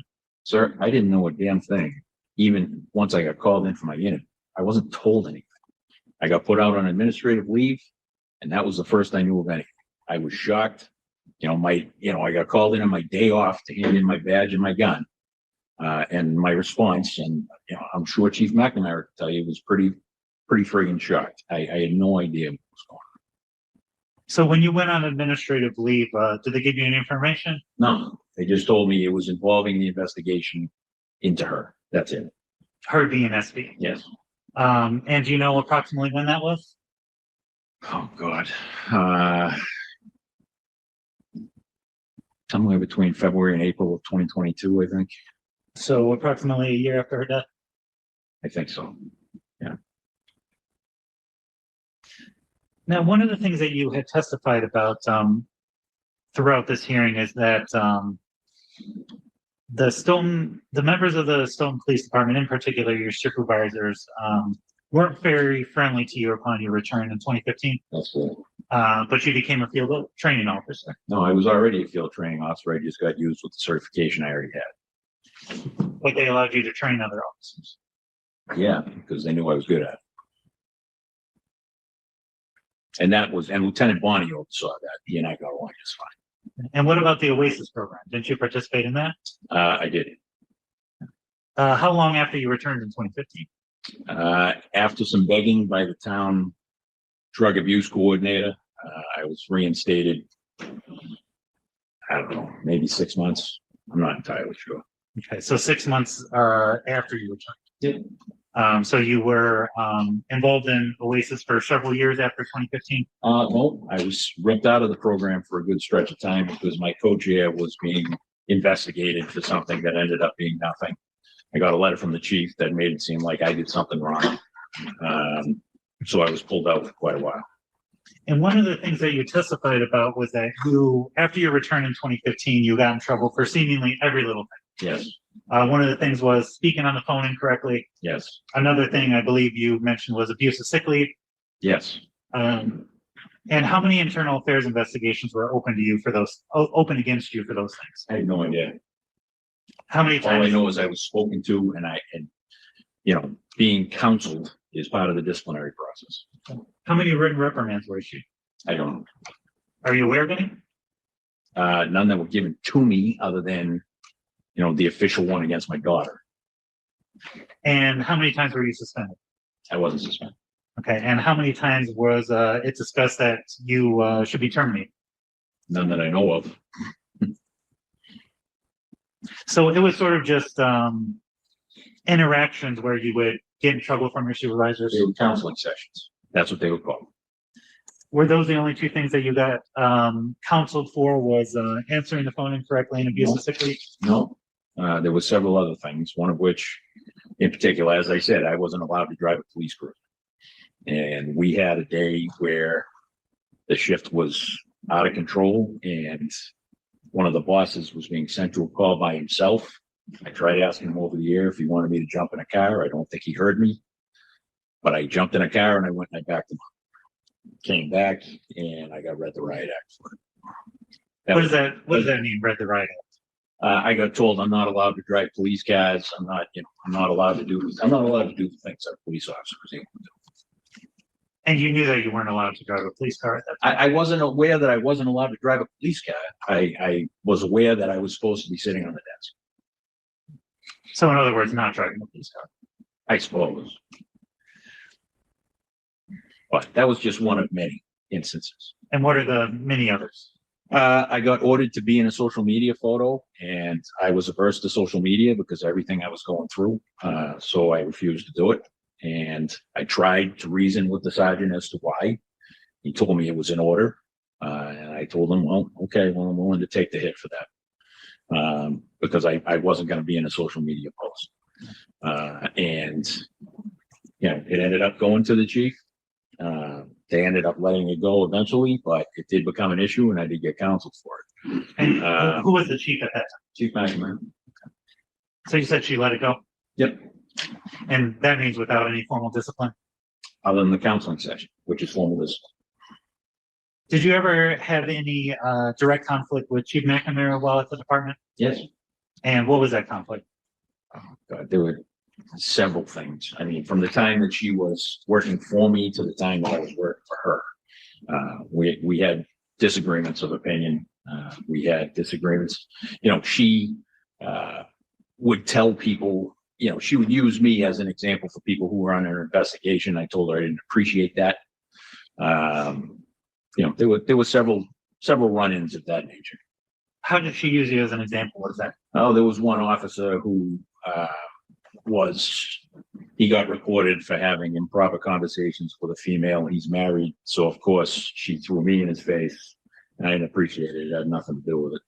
Why would you be an example for that officer? I don't know, but she used it. You heard her do that? He told me. Okay. So he told you after she used you as an Yes. example. So you testified that there's a lot. What else? Again, sir. It was nitpicky things. It was things that I was never, I never so much as got detention before 2015. Okay. I had a 30-year law enforcement career. Never got accused of anything. I was a rule follower. I'm still a rule follower. That's what I do. Okay. And when I went back, every little minor thing, how I entered things in the log, whether I assigned the proper report numbers, whether I sent the right number of people on a call, whether I handled the call properly. You know, I mean, I could go on and on and on, but it was all just nitpicking at me constantly about things that, you know, I was supposedly doing wrong. And those are the things that Chief McNamara nitpicked about. Yes. How many times did now Chief Holmes counsel you formally? He didn't talk to me at all for the first several years I was back. And that includes for counseling. Yes.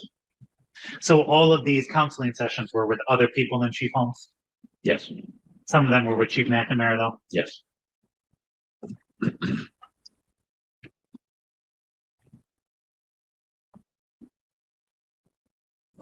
So in relation to your time after the internal affairs investigation involving SB began, did you ever return to work? No. And when did you retire? August 16th, 2022. And that's approximately 4 to 5 months after you found out about the investigation. Yes, because I wasn't told for anything. I was left twisting in the wind for 5 months. And that's why you retired? I retired for health reasons, but after 5 months of hearing nothing, my wife and I sat down and had a conversation about whether it was worth it to stay in the game, and we both decided it wasn't. And I retired. And your wife is a Quincy Police Department officer? She is. Has she been a Quincy officer around, I guess, since around you started to become a police officer in We Stoughton? went to the academy. So you joined Stoughton at the same time she joined Quincy? Yes. And you had testified about SB having an interaction with your wife, is that fair to say? Yes. And that's during that RAD instruction? It's not called RAD anymore. It's a self-defense program that Quincy puts on. They don't use the RAD moniker because they don't really stick to the entire curriculum. And you had testified essentially that your wife should avoid having too much contact with SB. Is that fair to Yes. say? And why is that? Because anytime SB got the phone numbers of a female officer in our department, whether it be Officer Cheever, whether it be Officer Isabel, whether it be Officer Barrett, she would drive them crazy and they would end up having to block her. And I didn't want my wife having to deal with that. But SB had never done anything to your wife when you initially told her this? Other than disrupt her class, which she had already done. So she never sent any messages to your knowledge? No, she did. She texted my wife as soon as she got her phone number. What did she text her? Just let me know when we can set things up, you know, things like that. She kept on sending that. My wife actually entered her into her phone and talked her. So she had SB's phone number She did. saved in her phone. She did. So you never did? Did you ever see her phone number? No. Did you have any other way to contact her other than in person? So I think it's fair to say that by the time your wife had interactions with SB, you knew SB was somebody that officers should avoid? Female officers who she wanted to mentor her, yes. And what about male officers? Well, I mean, I suppose anyone who she wanted to get involved, pretty much anyone she wanted to get involved with, she would drive crazy. So yeah. And in 2020, did you believe that SB was somebody that you should be avoiding? I mean, outside of high and by, yeah. But you had these interactions with her for a few minutes at a time? Yep. And what happened? Again, they were forced on me. I hadn't go seeking her out. She found me. And how did she force herself upon you? Because I would be parked in an area, she'd pull in with her car window to window and just start talking. So there's no way you could have driven away? I could have driven away if I wanted to be rude, yeah. But you didn't want to be rude to her despite that she had propositioned you to rail her? No. And how many encounters did you have where she suggested that you rail her? Just the one. Not multiple? No. So there was only one interaction that you had when she suggested sexual contact between the two of you? That I can remember. Yeah. That's the one that stands out. How many interactions did you have with her after that? I couldn't tell you, counsel. Do you know approximately what date that was?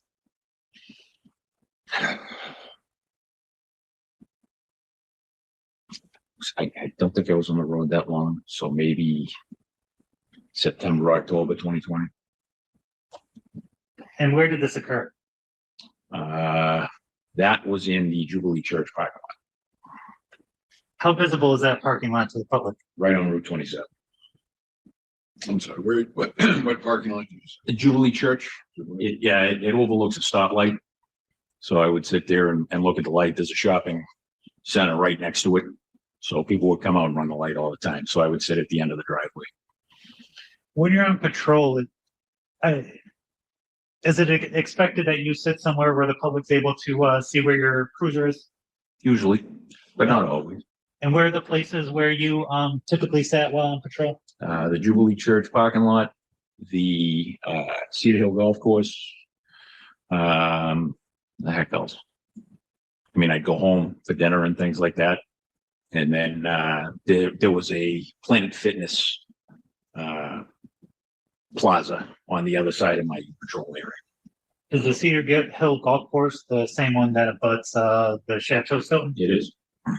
Did you ever sit in the Goddard Hospital parking lot? Well, I don't call it the Goddard. It hasn't been that for a long time. It's the Gosnell. But I have sat there before, yes. And that's after you went back on patrol in 2020? Yes.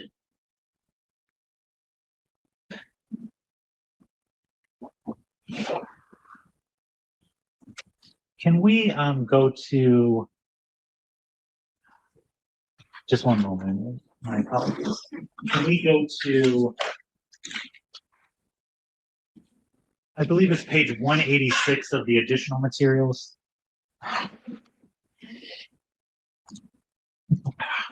Excuse me, 187. Just one moment. So this is one of the documents that we looked at yesterday. Is that fair to say? Yes. Yes. So under that first, can you read that first sentence?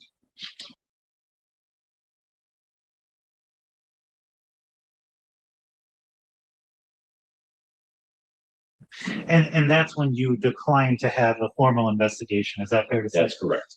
And that's because previously the Massachusetts State Police investigation resulted in your triple demotion. That's part of it, but it's not the entire thing. And that's because of the state police investigation? No, that's because people in the court don't know how to keep their mouths shut. Mouth shut about what? About people's personal lives. So.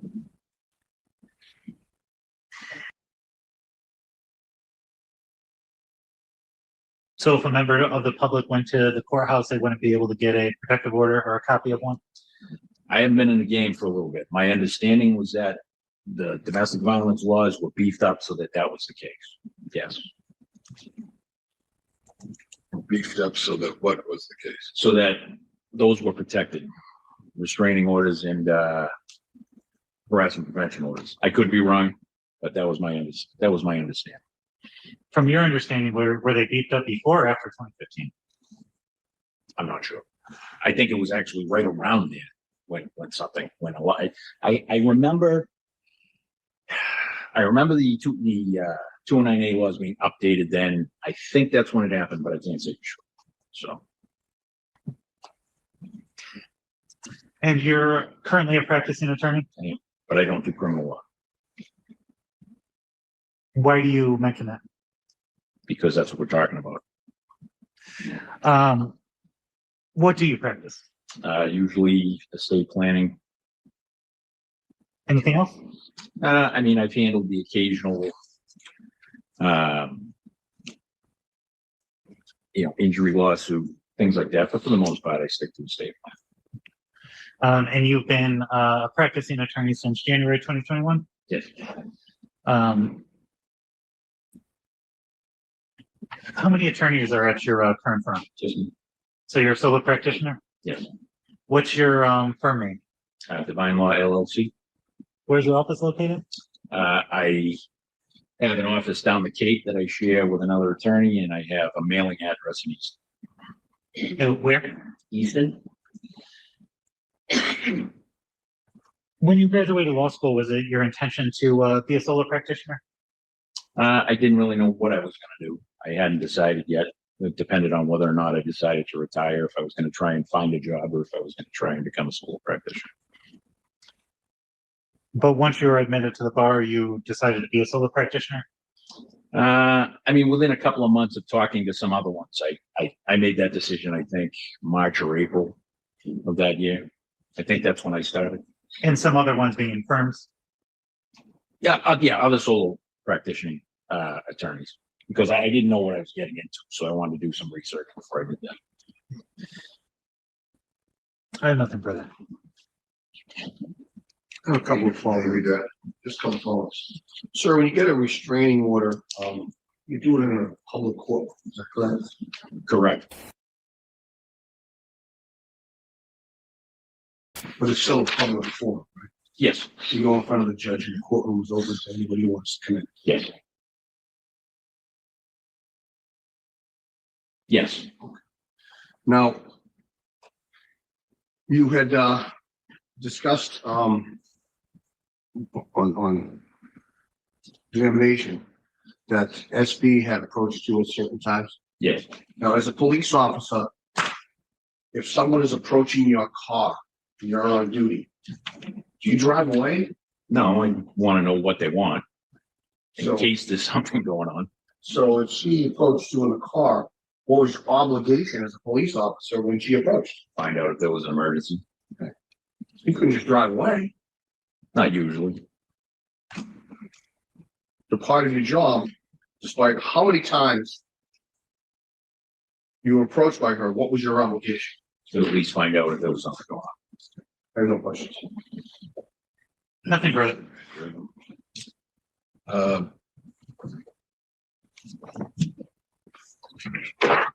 At least one question. Just Ryan, when you were a deputy chief, did you from time to time have to engage in what you call these counseling sessions with police officers? I did, sir, yes. Matter of policy or practice that if you engage in that, you would make some sort of record of that. Not always. Well, was there a policy one way or the other? There's a policy. Well, yes, there is a policy, I believe, and it's been a while since I've read it. But I believe that under counseling sessions, they were also referred to as trunk talks, Say it again. trunk talks. Trunk? Yeah, where you take someone to the back of the cruiser and be like, hey, you screwed up. All right. But it is in policy, it's official discipline. Then the next step would be regarding reducing things to writing. The next step after you had the conversation? In progressive discipline, if the same incident kept happening.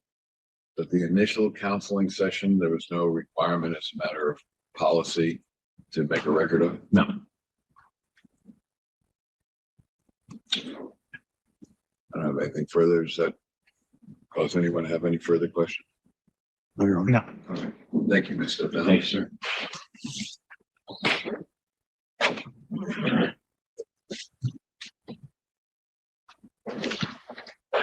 Does the respondent have any further evidence that he wishes to use? No, you're on. Respond to us. Is there any rebuttal evidence of the vision proposed? The division would propose to admit that exhibit that was submitted yesterday, the Marty Briggs messages that were interspersed with the timesheets. We object to that. I mean, you've heard. Can I see what we're talking about? I emailed it yesterday. Did I read your evidence? Fair enough. And I'm sure somebody does, so I'll get it. That would be it.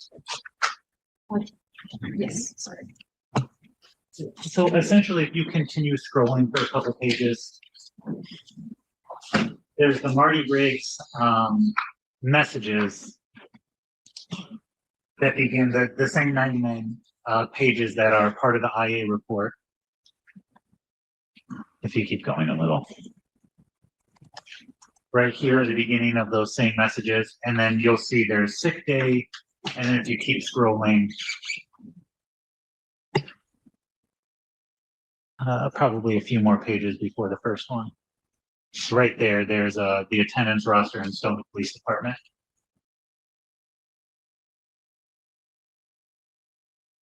All right, and reason for your objection? Your Honor, I asked you to look at the first page of the messages. Yeah. Where the rig stuff starts. Yes. Yes. Page. The first page. Okay. Is that it? Could we bring up on the other screen? Page 354 of the original exhibit notebook. Okay. Scroll down so you have the same page. Your Honor, if there's ever a question about, Actually, can you just enlarge those a little bit for these tired eyes? if there's ever a question about the police department's ability to manipulate documents.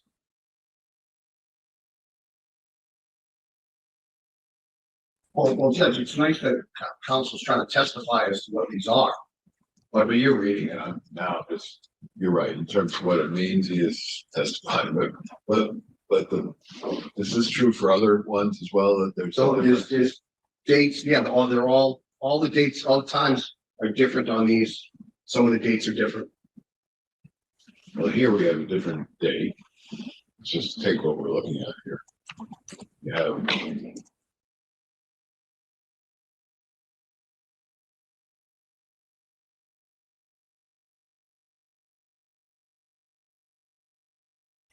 Consistent with your complaint here about this process? Well, my point is that it's unreliable. Well, that's what I'm asking. So Yeah. why you don't have to tell me this strategically, but why wouldn't this potentially be evidence that's corroborative of your position? It is, Judge, and it actually goes far. You're trying to strike. I mean, you don't want it entered into evidence. That's what's a little confusing to me. Well, 1 second, Judge. Sure. Judge, we have no objections. They're not going to put anyone in the stands to authenticate this information. And that'll be. It's just the way this is received that has been of concern to the hearing officer in this case, and it seems to me that virtually everything else that was received recently on June and produced on June 13th has been included in the record here. And to the extent I can argue what they want from it, I can argue we should have concerns with authentication and disparities. You can argue, the commission can argue what they think is probative about it. But you're withdrawing your objection? Yeah, sure. If I could put the a new document back up and just point out something. The new one we just had. Yeah. And one of my concerns with this, if you can scroll down.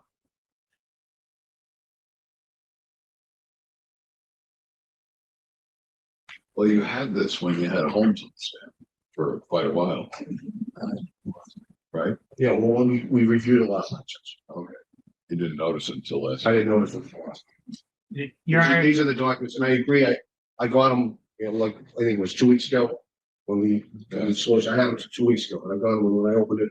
Honestly, I thought it was just another. I see the Marty Riggs, and that was another version of Marty Riggs all over again.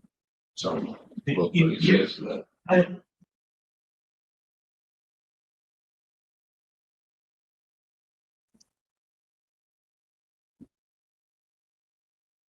Well, so I can put this in context. I'm just reading for a moment to myself.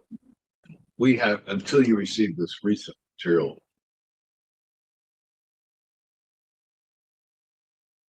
yes.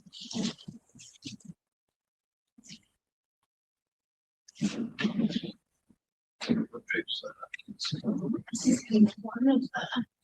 I'm sorry, what page? Remember that. All right, well, given that the objection has been withdrawn, we'll admit that as the next exhibit. I want it as a separate exhibit because we've had a separate discussion about it, so we'll isolate it for the purposes of this hearing. Sure, and the division wanted to introduce that, so that I believe would be division's exhibit 14, but let me just double check on that.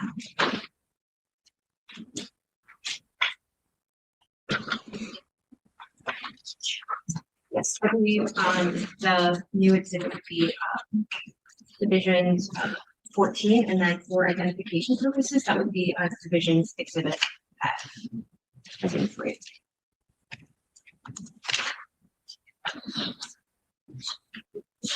Yeah.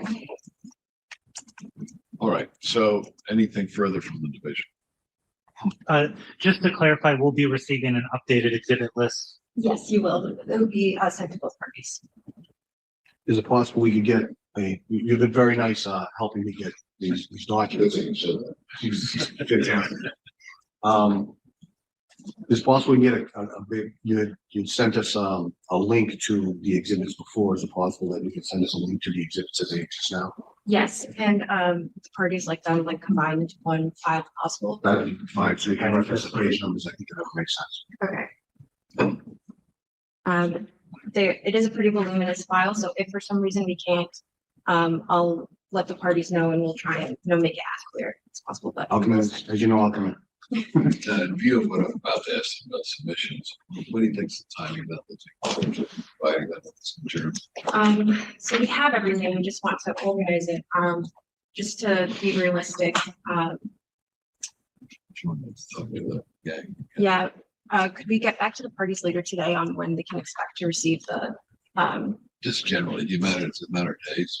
yeah, we should know later than tomorrow. I'm just thinking for scheduling purposes. Yes. Because we decided in our discussion yesterday that post-hearing submissions would, rather than oral argument, would be a written submission.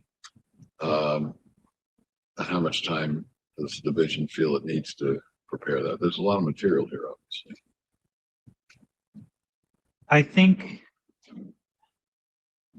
once we receive that final exhibit list, 4 weeks. 4 weeks. 4 weeks. Is that enough time? Judge, I'm going on vacation actually tomorrow, because my wife's already up in New Hampshire. I'm asking for another week, so I don't have to rush, and I know my client is going away. So you folks are looking, you're okay with 5 weeks as opposed to 4 weeks, I assume. Yes, that's right. So what would that be?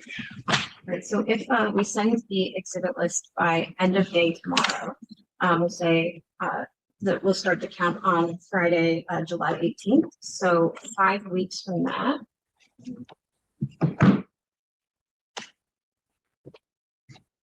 Would be Friday, August 22nd. So I should tell you what would be most helpful to me. Practical matter, free to make. An organized proposed findings of fact, it seems to me, would be most useful because ultimately I need to make findings of fact. So while I have a sense of the arguments I'll be receiving from you, what facts you think support those arguments, and initially, as part of your submission, findings of facts would be appropriate. Does anybody have a problem with that? Proposed findings? Your Honor, I've also had instances where it's been requested we send our findings and facts in Word format. So it's easy for Your Honor or another fact finder. Sure, as opposed to what? Now, you send a PDF, which is the original, but you also send send it in a Word document so that it's easily used. I wasn't talking about a PDF. If I said something about a PDF, I don't know. Oh, no, maybe I was presumptive that we'd be submitting our. Oh, I think, yeah. I mean, so I can use the copy parts that I might want to use? Yes. Well, I won't need any of yours. Yes, absolutely. Absolutely. We'll submit both as a PDF and a Word document. Why not? Yes. I know we said it Friday, but I was hoping perhaps we could go to that next Monday, which would, So you really want more than 5. yeah, well, I see if we're gonna get it. What's the following Monday? That would be Monday, August 25th. That's fine. And that would, what time would that be close of business? Like 5 Yes. p.m.? Anything else? I don't believe so. I don't believe so. Oh, yes, it shouldn't need to be said, but I will not be accepting any further documents, exhibits. Something comes up, you have to make a separate motion for request, but I don't anticipate that to be favorably received. The only reason it conceivably could be is that we already have the experience in this case of finding files that were not originally available, so I want to keep an open mind about that, but otherwise I don't expect to see anything further by way of proposed evidence. Evidence is closed. Okay? Yes, Your Honor. All right, well, thank you both. Your Honor, just one question about the protective order as it applies to Chief Holmes in particular. He had questions for me yesterday that I was unable to answer. Essentially, because he's the IA investigator, he wants to know if he's totally prohibited from speaking to anybody about his investigation period, or if it's only about what occurred in the hearing room. Because he had knowledge prior to testifying in this matter. Of course. In what capacity is he concerned? Is he being called as part of additional investigations or something? So essentially, I believe that people have asked him about, for example, Matthew Farwell or William Farwell or SB, and he basically has to say, I can't speak to anybody about anything, even if it's a personal. You would think you would enjoy being. So, I mean, if I were in his shoes, I might, but why should he be relieved of, unless it's in the capacity of some investigating authority like the federal, or unless somebody in the civil case is trying to question him about it. I wouldn't want him having casual conversations with people. I don't think. What's your view on The civil case was stayed, so that's not an issue anymore.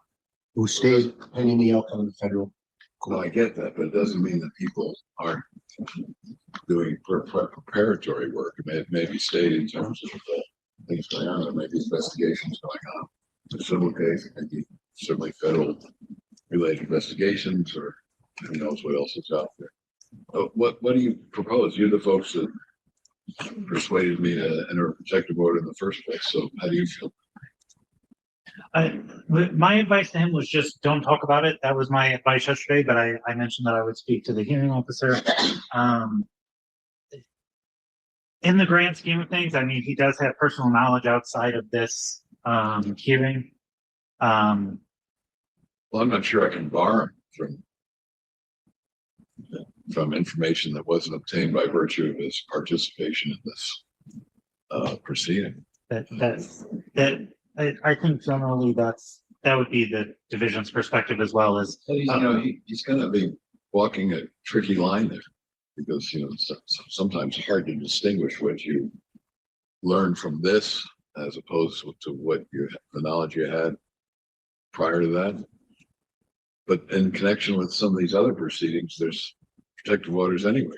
It's a federal one, there's a civil case one, so he's got to be cognizant of that and concerned about violating those orders as well.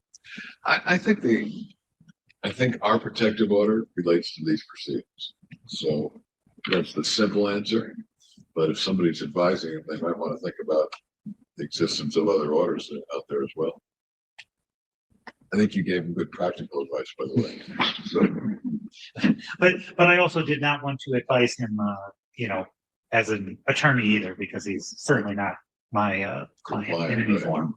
Right.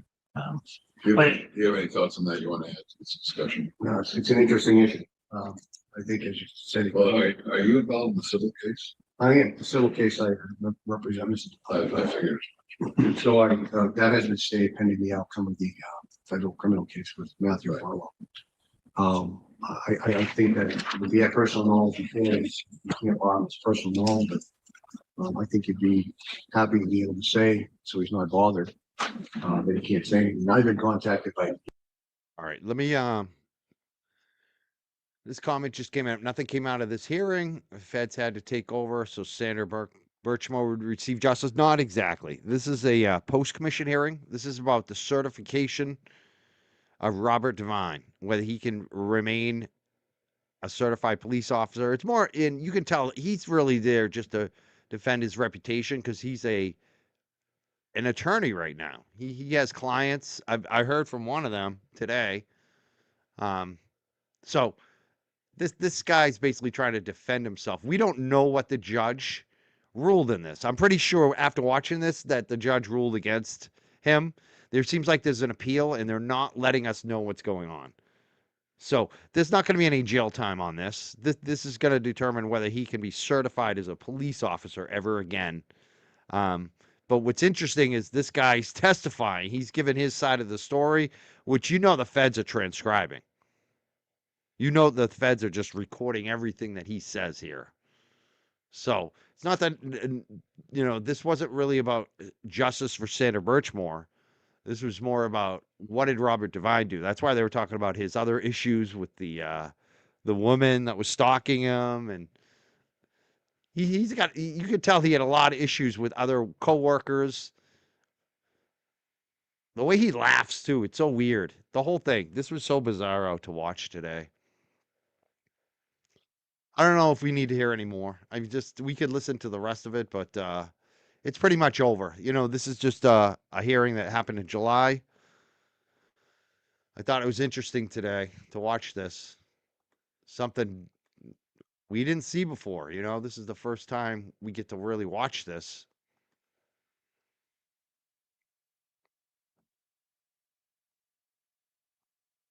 Yeah, I mean, we can watch a little more, but I think we caught most of it. There's like 5 more minutes left, and he's off the stand, so that was really what I wanted to watch. I'm going to remind you tonight at 7 p.m. This is what we have coming up. Howie Carr. Mass Corruption, a new book from Howie Carr, available at howiecarrshow.com. Mass Corruption, the breakdown of law and order. Karen Reed's attorney, Alan Jackson, says Howie Carr captures how deep Massachusetts corruption runs, quote, with his trademark precision and fire. Mass Corruption by New York Times best-selling author Howie Carr.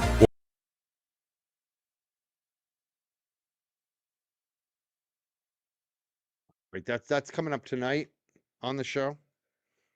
We got some rubber duckies to commemorate. There's a chapter on the rubber duckies. I think we're going to have Rich calling in too. Rich, the Duck King, who's in the book. He's in the book. There's a chapter about rubber duckies in the book and about Buchanan going out to people's houses. Everything's in here. It starts off with Karen Reed. It goes to all types of other scandals with the FBI, with local police, with Methuen. It's all over the state. There's so many scandals. He can't even cover them all. I'm going to have a question tonight for him because he's coming out with a volume 2. Is there going to be some coverage of Kelsey Fitzsimmons? Because I didn't see that in this book, but I think it might be in the next one. There's quite a lot to cover tonight. Howie Carr here at 7 p.m. tonight. I can't wait for that. Also, I started the show today with a song. And it's a tribute to all the women out there, all the supporters, all the victims, all the single moms. Our moms. Think about our moms and our daughters and our kids and our sisters. And to the victim that called me about Robert Devine this week, who was crying on the phone to me. I wanted to end the show with the song and dedicate it to them. Little something for my godson Elijah. And a little girl named Corin. Some say the blacker the berry, the sweeter the juice. I say the darker the flesh, then the deeper the roots. I give a holler to my sisters on welfare. Tupac cares if don't nobody else care. And I know they like to beat you down a lot when you come around the block, brothers clown a lot. But please don't cry, dry your eyes, never let up. Forgive, but don't forget, girl, keep your head up. And when he tells you you ain't nothing, don't believe him. And if he can't learn to love you, you should leave him. Cause sister, you don't need him. And I ain't trying to gas you up, I just call him how I see him. You know what makes me unhappy when brothers make babies and leave a young mother to be a pappy. And since we all came from a woman, got our name from a woman, and our game from a woman, I wonder why we take from our women, why we rape our women, do we hate our women? I think it's time to kill for our women, time to heal our women, be real to our women. And if we don't, we'll have a race of babies that will hate the ladies that make the babies. And since a man can't make one, he has no right to tell a woman when and where to create one. So will the real men get up? I know you're fed up, ladies, but keep your head up. Keep your head up, ooh, child. Things are gonna get easier. Keep your head up, ooh, child. Things will get brighter. Keep your head up, ooh, child. Things are gonna get easier. Keep your head up, ooh, child. Things will get brighter.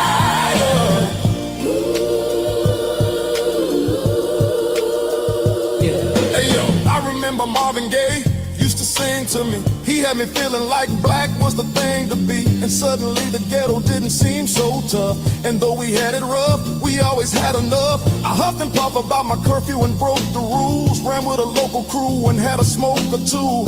And I realized mama really paid the price. She nearly gave her life to raise me right. And all I had to give her was my pipe dream of how I'd rock the mic and make it to the bright screen. I'm trying to make $1 out of 15 cents. It's hard to be legit and still pay the rent. And in the end, it seems I'm heading for the pen. I try to find my friends, but they're blowing in the wind. Last night, my buddy lost his whole family. It's gonna take the man.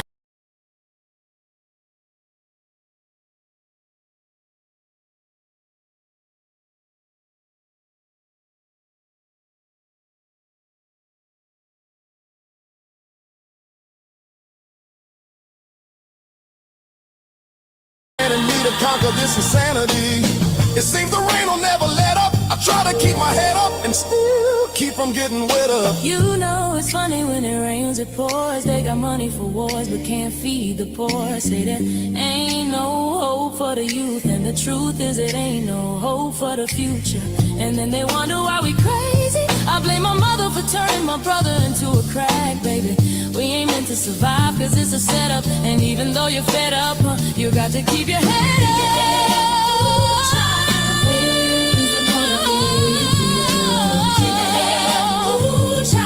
Things will get brighter.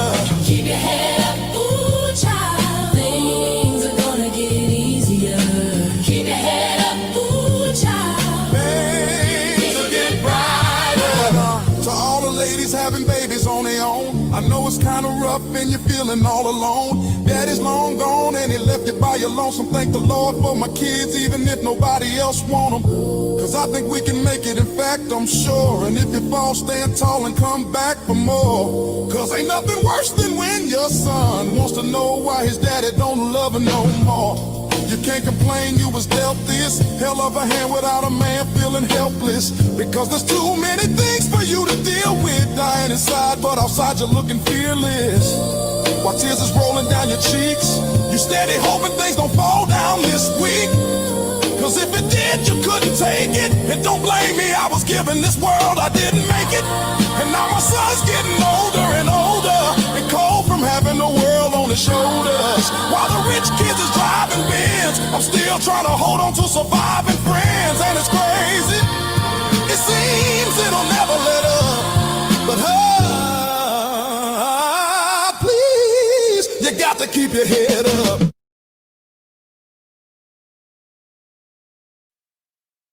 I forgot I muted myself for a second there when I interrupted the song. That part about the mom working and giving up their lives for us kids, you know? That hits me hard. That for me, we don't know. Apparently we're going to find out after there's an appeal. Don't ask me why they're doing it this way. There's so much that was covered up in this hearing. We didn't get to see any of the documents. There's so many, just, so yeah, we don't know. We don't know. We don't know how long it's going to be. It is such a great rendition. Good songs could stand up like that. I know I muted myself. What a dummy, huh? It's funny because I have to turn on the phone to actually hear the song. I don't know what's up with StreamYard and my new mic headphone setup, but I can't hear the music when I play it on the headphones. It just gets scrambled and it like drops off if I'm listening to it through my headphones. So I have to turn off my mic and turn on the phone so I can listen to it and bounce to it a little bit.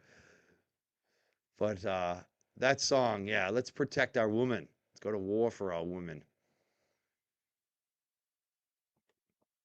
I love it. So I want to give all salute to all the women out there, especially the ones watching, supporting, but also all the victims out there, like the one I heard from yesterday. That song's dedicated to all of you. I'm gonna play it one more time because I don't want to interrupt it. We're gonna play it one more time, and then we're gonna go watch Howie Carr at 7 p.m.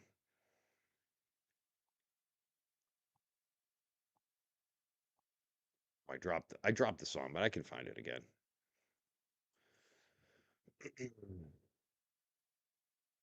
I love this song. I love both versions. I like the Tupac version, but this is an AI remix, obviously, and it's done in the style of Motown, 1960s Motown.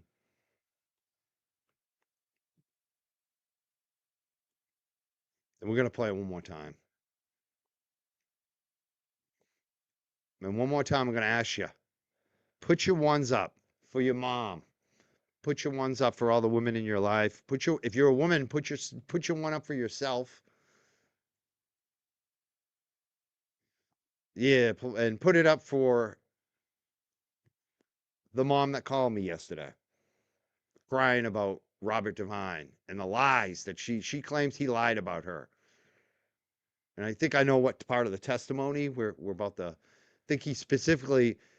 I need to talk to her a little more, but I specifically think it was the part about the girl in the office. I think that was actually about her. So imagine you're hearing this guy testify about you, and it's not truthful. How upsetting that must be. So let's see it for all the ones in there in the chat. I just want to see all the ones. We're going to play this song one more time. And I see Nan in there, La Ferio. Let's give a one for La Ferio.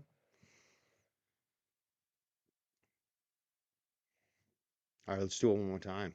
One more time. We need this today. We need it.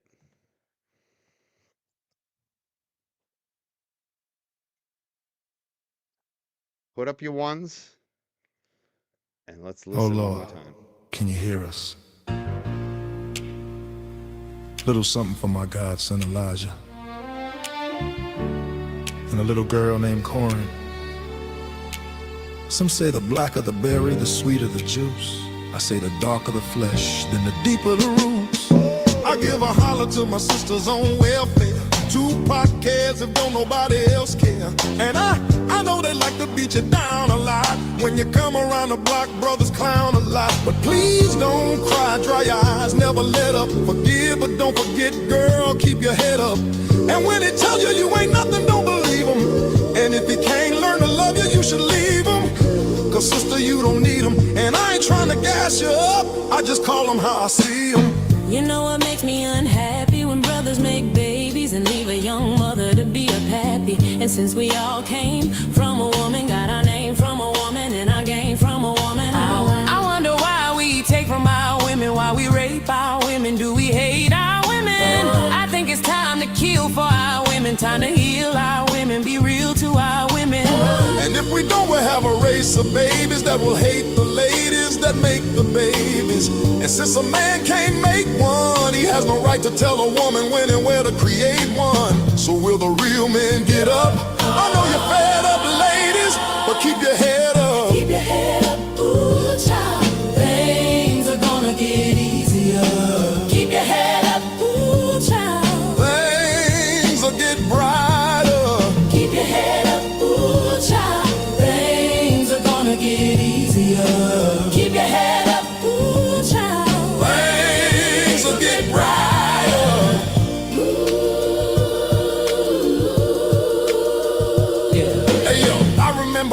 Gay used to sing to me. He had me feeling like black was the thing to be. And suddenly the ghetto didn't seem so tough. And though we had it rough, we always had enough. I huffed and puffed about my curfew and broke the rules. Ran with a local crew and had a smoke or two. And I realized mama really paid the price. She nearly gave her life to raise me right. And all I had to give her was my pipe dream of how I'd rock the mic and make it to the bright screen. I'm trying to make $1 out of 15 cents. It's hard to be legit and still pay the rent. And in the end, it seems I'm heading for the pen. I try to find my friends, but they're blowing in the wind. Last night, my buddy lost his whole family. It's gonna take a man in me to conquer this insanity.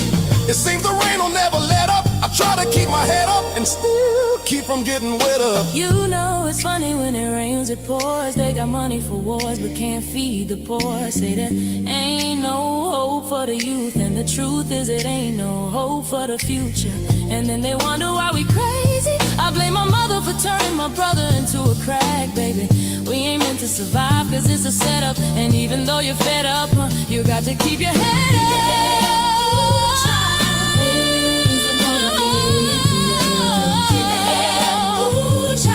Things will get brighter. Keep your head up, ooh, child. Things are gonna get easier. Keep your head up, ooh, child. Things will get brighter. To all the ladies having babies on their own, I know it's kind of rough and you're feeling all alone. Daddy's long gone and he left you by your lonesome. Thank the Lord for my kids, even if nobody else want them. Cause I think we can make it, in fact, I'm sure. And if you fall, stand tall and come back for more. Cause ain't nothing worse than when your son wants to know why his daddy don't love him no more. You can't complain you was dealt this hell of a hand without a man feeling helpless. Because there's too many things for you to deal with. Dying inside, but outside you're looking fearless. While tears is rolling down your cheeks, you steady hoping things don't fall down this week. Cause if it did, you couldn't take it. And don't blame me, I was given this world, I didn't make it. And now my son's getting older and older, and cold from having the world on his shoulders. While the rich kids is driving Benz, I'm still trying to hold on to surviving friends. And it's crazy, it seems it'll never let up. But please, you got to keep your head up.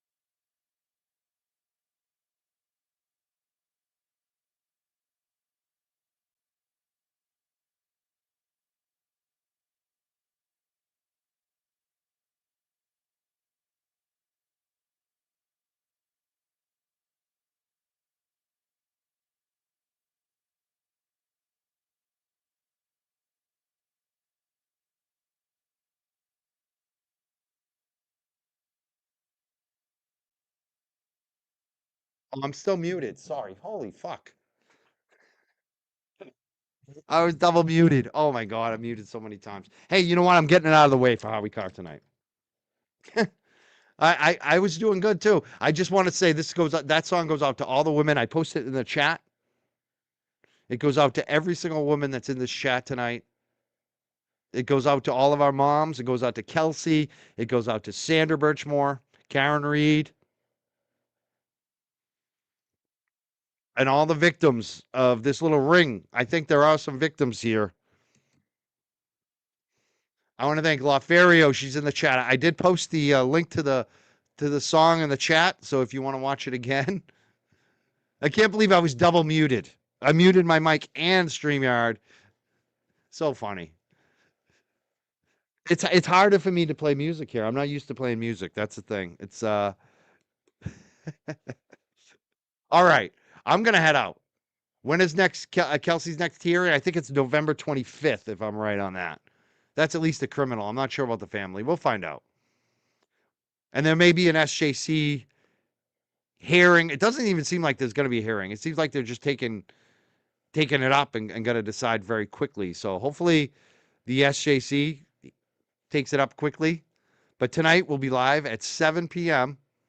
here at the Young Jerks with Howie Carr talking about his new book. And I will see you later tonight.